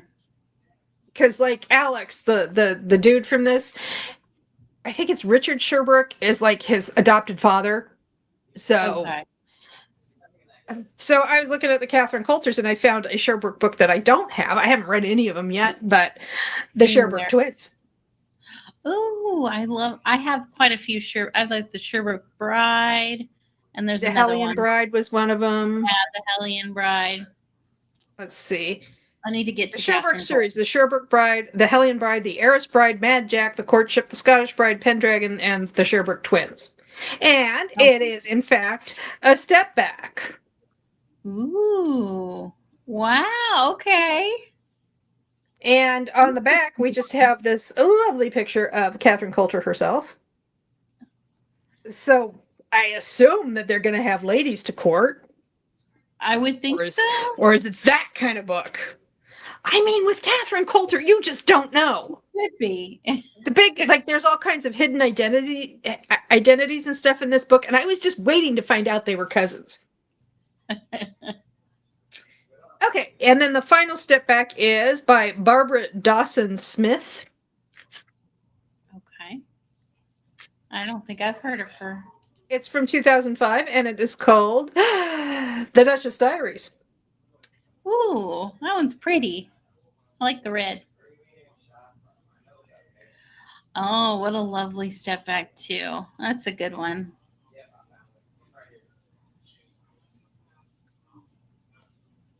And look, they actually did me a solid and put the price tag on the back. Right in the middle of where you want to read? At least it's not covering up their faces.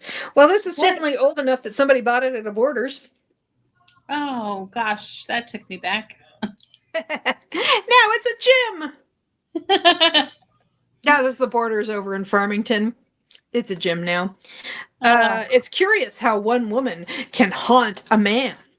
10 years as a high-stakes jewel thief should have helped me forget Sophie Huntington Ramsey, but no matter how far I traveled, she was never far from my thoughts.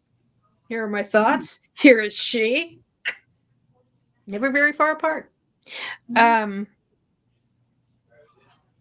Her earthy sensuality, her wild passion. For 10 long years, my memory of our one forbidden night together burned as hot as the encounter itself. Woo-hoo. The thought of her betrayal with my oldest, dearest friend blazed even hotter. Oh, my. Oh, I don't think he meant that the way it came out. Devil's three-way. Imagine my surprise when I heard of Sophie's widowhood and that her husband, the Duke of Mulford, named me guardian of her young son. Oh. Did he? Interesting.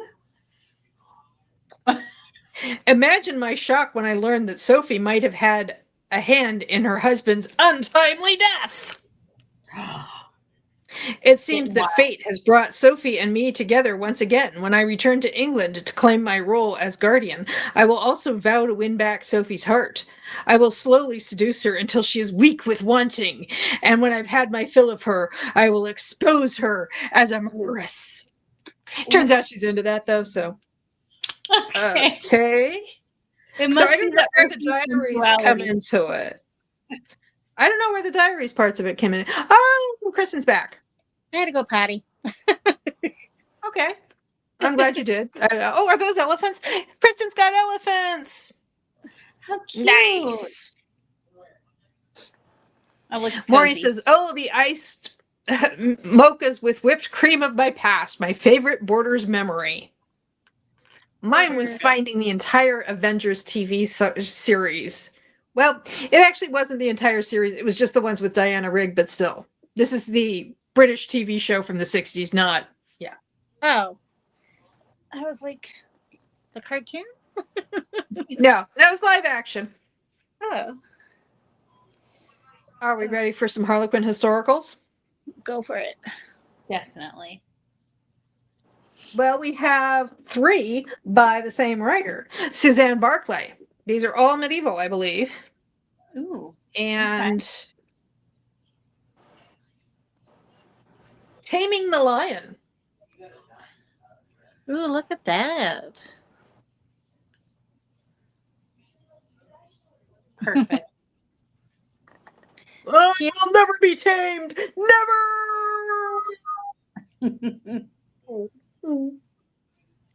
I think I It's gonna just be- tamed the lion. Love.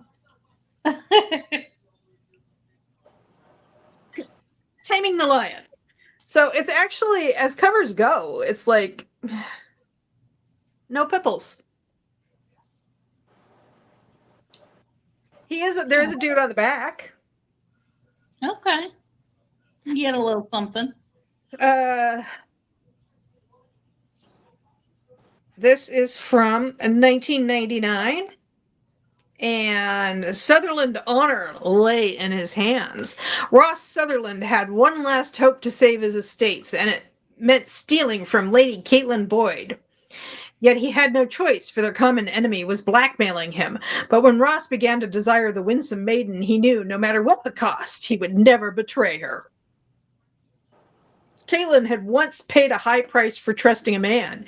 Still, the barely leashed power in Ross's sizzling blue eyes played havoc with her senses, and she longed to be the untamed rogue's lady until she learned that the man whom she trusted for protection was no more than a pawn for her deadliest enemy. I'm sorry, I was super distracted by the fact that his name is Ross. I just picture him standing in the Highlands yelling, "We were on a break!" Also by Suzanne Barclay. From 1993. So we're going back in time. I want to go back in time. Knight's Honor. Only it's spelled, of course, with a K. Ooh. The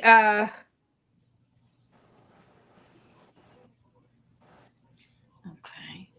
he's got shining armor because I'm getting reflection. Actually, it's pretty shiny even without that. The family rogue.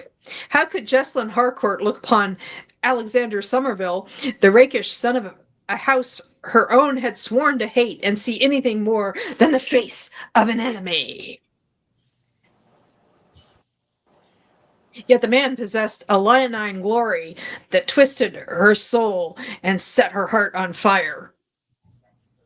Leonine glory. Lion-like. A desire hot enough to ignite the very night pounded in his blood every time Alexander beheld the lovely Jessalyn. Desire and something more. A need to cherish and protect, to take to heart this iron maiden who defied any man to subdue her. It's about. Interesting. It's pretty big. Those docking fees must be horrendous. Okay. And also by Suzanne Barclay. Lion's Lady. You're just getting a workout today, aren't you?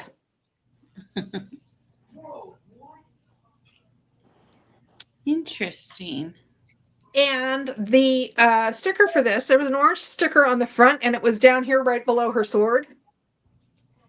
And you know what it was covering up? Pinot's signature.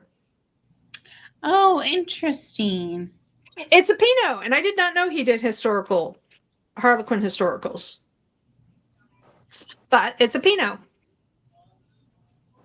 Wyoming says, I thought they were elephants. I have that, says Maury. I think Lion's Lady, maybe? Knight's Honor, Lion's Lady. Blanket with elephants on it. This adorable lion. Let us know. Well, one of those. I love the art when I saw it on the free shelf in our library room. You know, I gotta head out. I gotta help my friend with something. If you're still on, I'll hop back in. I don't know that I will be because I'm getting a little tired. All right. But Well, I'm gonna finish. I've got more books to haul, so you might want to watch it back later. But thank you for helping out this friend for the last 3.5 hours. Appreciate it. Anytime. And I hope to see you again, with or without tiara. Or a different tiara, because I know you got more than one. Yep. It was okay. Well, thank you so much for joining us. Okay. Thanks for having me. Bye. And Wyoming says bye. All right. Okay. Very good. Okay. Yeah, this is very cool. Yeah, I like the art on it too. I like that her sleeves are lined with some kind of stuff. Oh, wow. I didn't even notice that at first. Very cool. Yes. Lion's Lady, a broken promise, a binding vow. Oh, and Maury also said bye to Kristen. Rowena Gunn was ever ruled by these echoes from the past to protect her son and safeguard his future, but the past was now embracing her in the very present form of a Lion Sutherland, the Highland laird who alone could storm her defenses and besiege her cloistered heart. Storm her defenses. My lion friend here looks like he thinks that's maybe a little more work than he wants to put into it. Yeah. I think he just wants a nap. Though hailed as a braw warrior, Lion Sutherland was nearly undone when his bonny Rowena wed another. But now the fates had reunited them, and he'd be damned if anything, even the protests of the lady herself, would destroy their newfound chance at love. No dice, Buster. I think we have a chance. No, we don't. I'm not going to let you stop me from being with you. Okay, I guess it's the Middle Ages, and okay. Watch out when they invent feminism. Okay. Why does your opinion matter, right?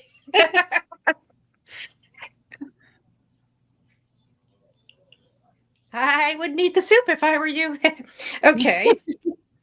And now we have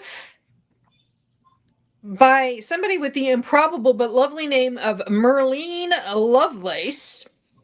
Interesting. His Lady's Ransom from 1995. Ooh, the clinch. Oh, yeah. The price tag is on the back. Of course. Ian de Burgh was a North Country... Oh, Driven by Honor. The chauffeur's name is Honor, and the maid's name is Patience. Driven by Honor. Ian de Burgh was a North Country warrior, sworn to keep safe those entrusted to his care, including Madeline de Courcy. But the jewel-eyed vixen was skilled in courtly games of lurve, and Ian was determined to break the chains of desire that bound her to him. Oh. Twice wed, twice widowed. Hoo-hoo. 3 strikes and you're rich. The Lady Madeline was much whispered about in the corridors of England's castles, for her flashing eyes and sparkling charm ensnared the heart of many a knight, except for Ian de Burgh, the one man to whom she would willingly surrender. Oh, would she willingly? Everybody thinks I'm easy, but I'm not, except for you. Oh, wow. Oh, my goodness.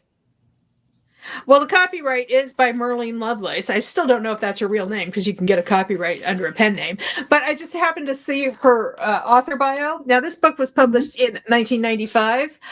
As a career Air Force officer, Merlene Lovelace served tours of duty in Vietnam, at the Pentagon, and at bases all over the world. She met and married her own handsome warrior hero 24 years ago, with whom she shared a lifetime of adventure and romance. Sounds like she is her own warrior, whatever. Yeah. Yeah. Cool. And this is taking place in 1188. Okay. And the remaining Harlequin historical is a Western. Ooh. From 2004. That's the year I graduated.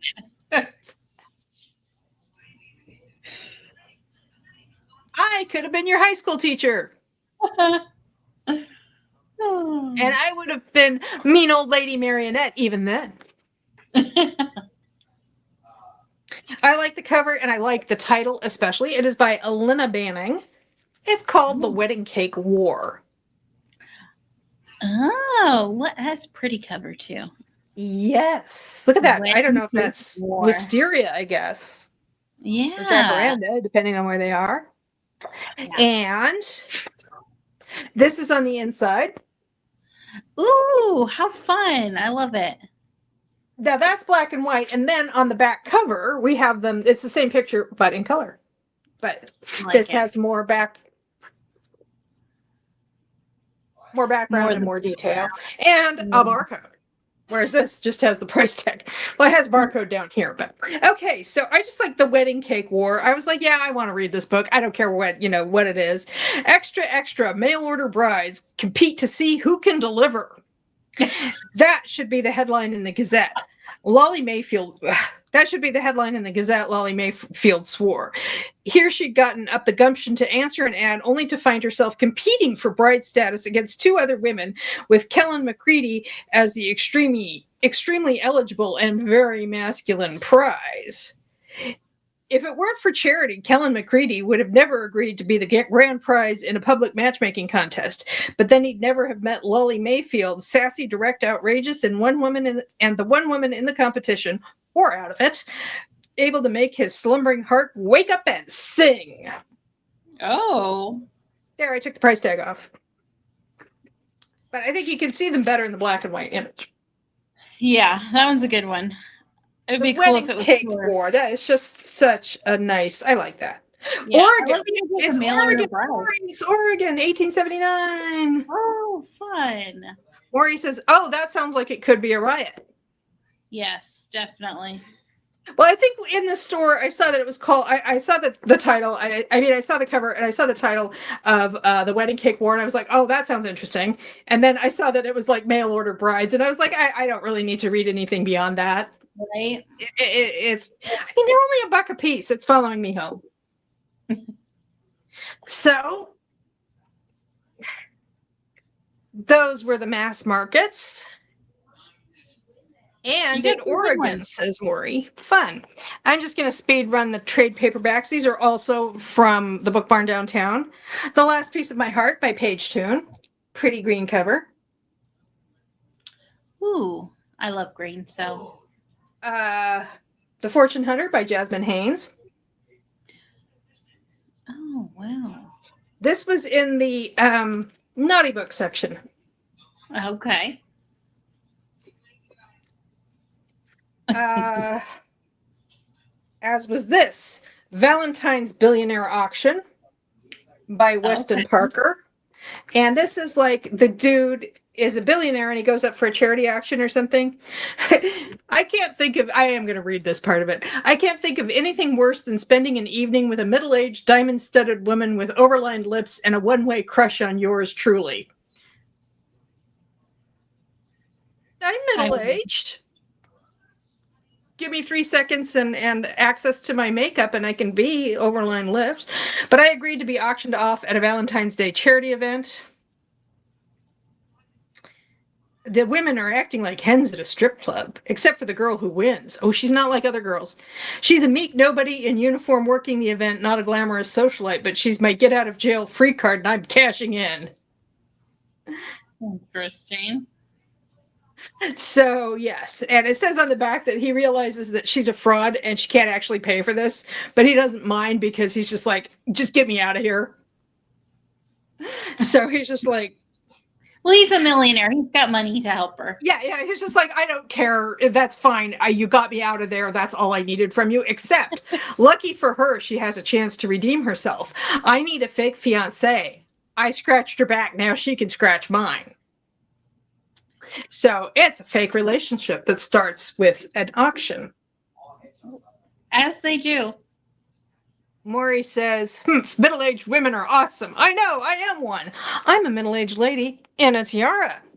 Talking about books. And everybody's like, wait a minute. If you graduated from high school in 1988, you're not middle-aged. Because, yeah, you are. Yeah, because I'm going to live to be 110. Okay. Okay, yeah, I had to read that one.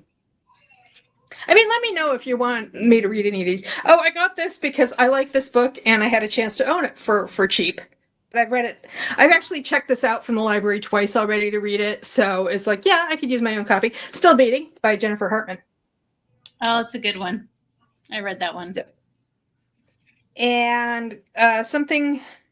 quite dark. This is alien romance or something. It's called Convergence Intersolar Union, a series by Etta Pierce.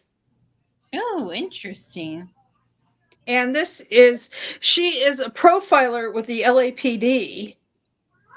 And then aliens are like, she knows a lot about the human mind. We could use her skills. So they kidnap her.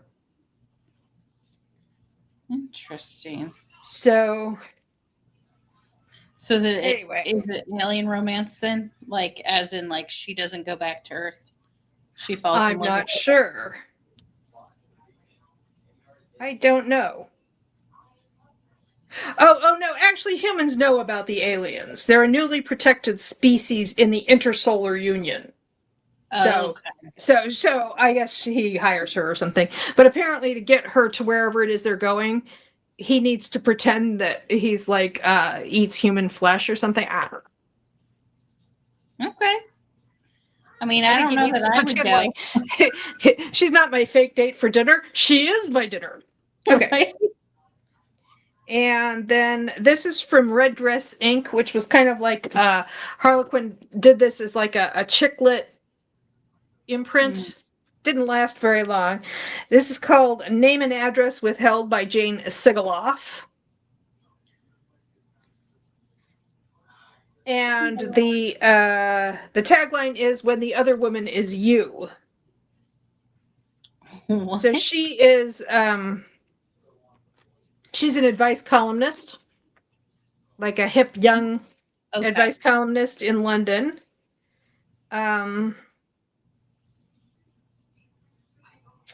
Anyway, she's dating this dude, and it turns out that like he's apparently in another relationship and didn't tell her. So, Well, that tracks. a couple of As books by an author called Chelsea Hale from a series called Falling for You. It's a Falling for You billionaire romance by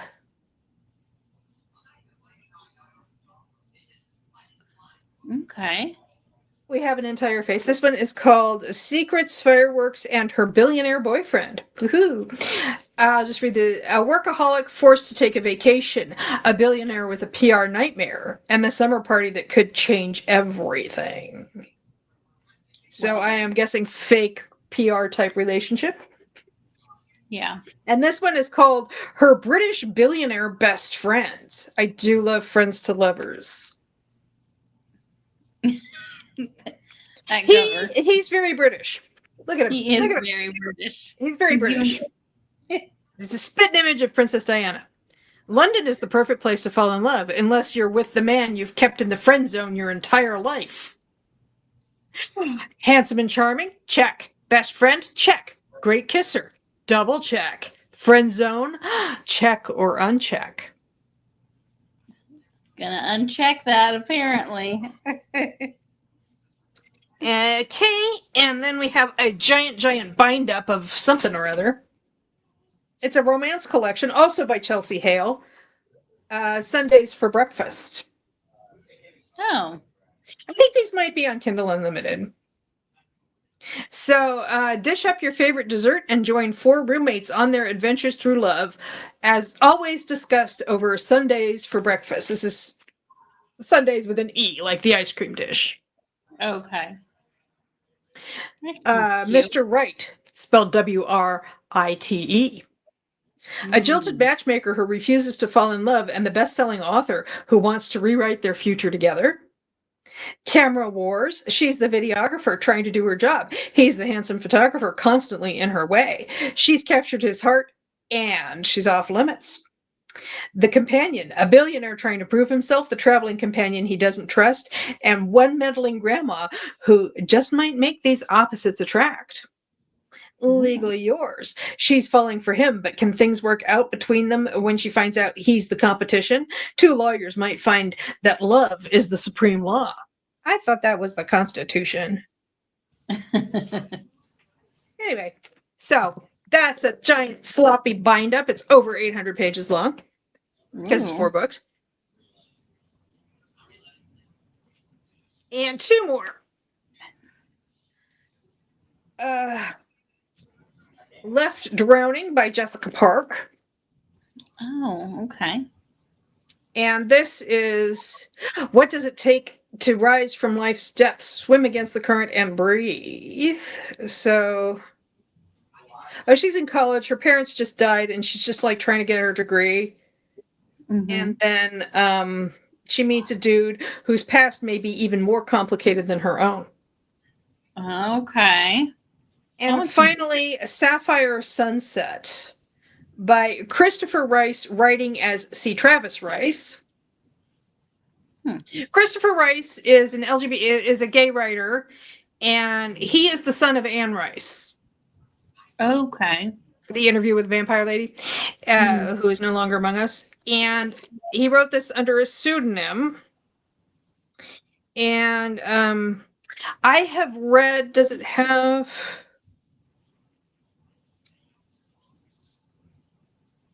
He's written some thrillers: A Density of Souls, The Snow Garden, Light Before Day, Blind Fall, The Moonlit Earth. I know I've read Density of Souls and it was good. And I think I read Light Before Day, but I'm not entirely sure. But this is something he wrote under a pseudonym. Okay. So it is a romance that manages to be both fresh and timeless, says Christina Lauren. Ooh, Christina Lauren, huh? Logan Murdoch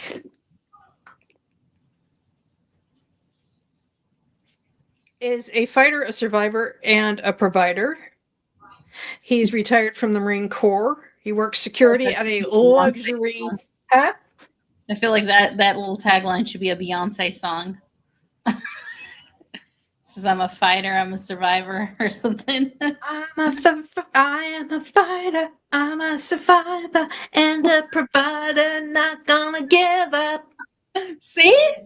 I think that was Destiny's Child. I don't think that was her as a solo artist. You might be right. Yeah, I think so. I am a knower of things. So he's now working security at a luxury beachfront resort. He's got one objective: pay for his father's mounting medical bills. And also hit the buffet breakfast every chance he gets, because those are good. Oh my gosh. Then he meets... the irresistibly handsome scion of the wealthy family that owns Sapphire Cove is strictly off limits, despite his sassy swagger and beautiful blue eyes. Oh. So anyway.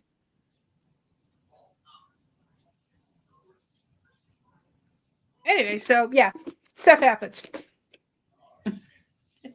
Yeah, it's usually... So those are the books that I acquired at Book Barn yesterday.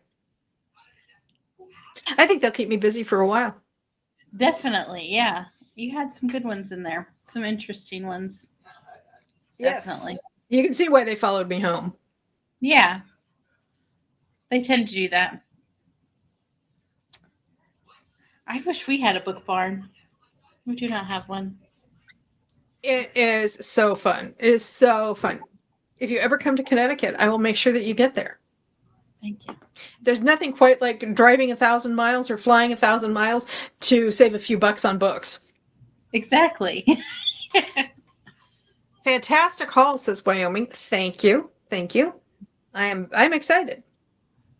It's a good haul. And I did pick up 2 books that I'd already read. Because Still Beating. And the Bedazzled Allie Hazelwood. Yeah, that was fun. That's interesting. Well, it was funny because I keep seeing it at library sales, and I keep thinking, oh, yeah, I want to pick that up. And then for some reason, I don't. And like I said, now I know why. Yeah, you were meant to get the Bedazzled one. I was. I really, really was. Okay, well, fate. Huh? I said it was fate. Yes. Yes, it was. I'm still waiting on my copy of Dangerous to come in at the library. Yeah. It's good. Well, I enjoyed it. I asked for the large print edition because my eyes want to pray. I mean, I know where I can get a non-large print if it comes to that, but it's in transit, so hopefully it'll be, because it was the only large print copy in the system was in a different town. Okay. So it's in transit, and like I said, I know where I can get one.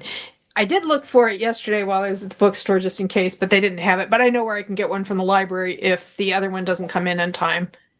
But it's been in transit for a couple of days, so I'm hoping it'll be here, in time for me to read it for Sunday. Yeah.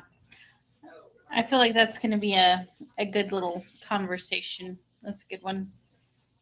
Well, I saw the one for July is kind of on the short side, so... Yes. Yeah. And it's on Kindle Unlimited. So. Yeah, it's a novella, I want to say. Yeah, it's like 150 pages or 130 pages. It's not very long. I think I remember we were talking about it, and I was like, I want the novella because, and I thought a lot of other people might too, because it's, summer and people are running around and, you know. Well, thank you very much for joining me. Of course. Thanks for having me. And, hopefully you'll be interested in coming back at some point. Yes, definitely.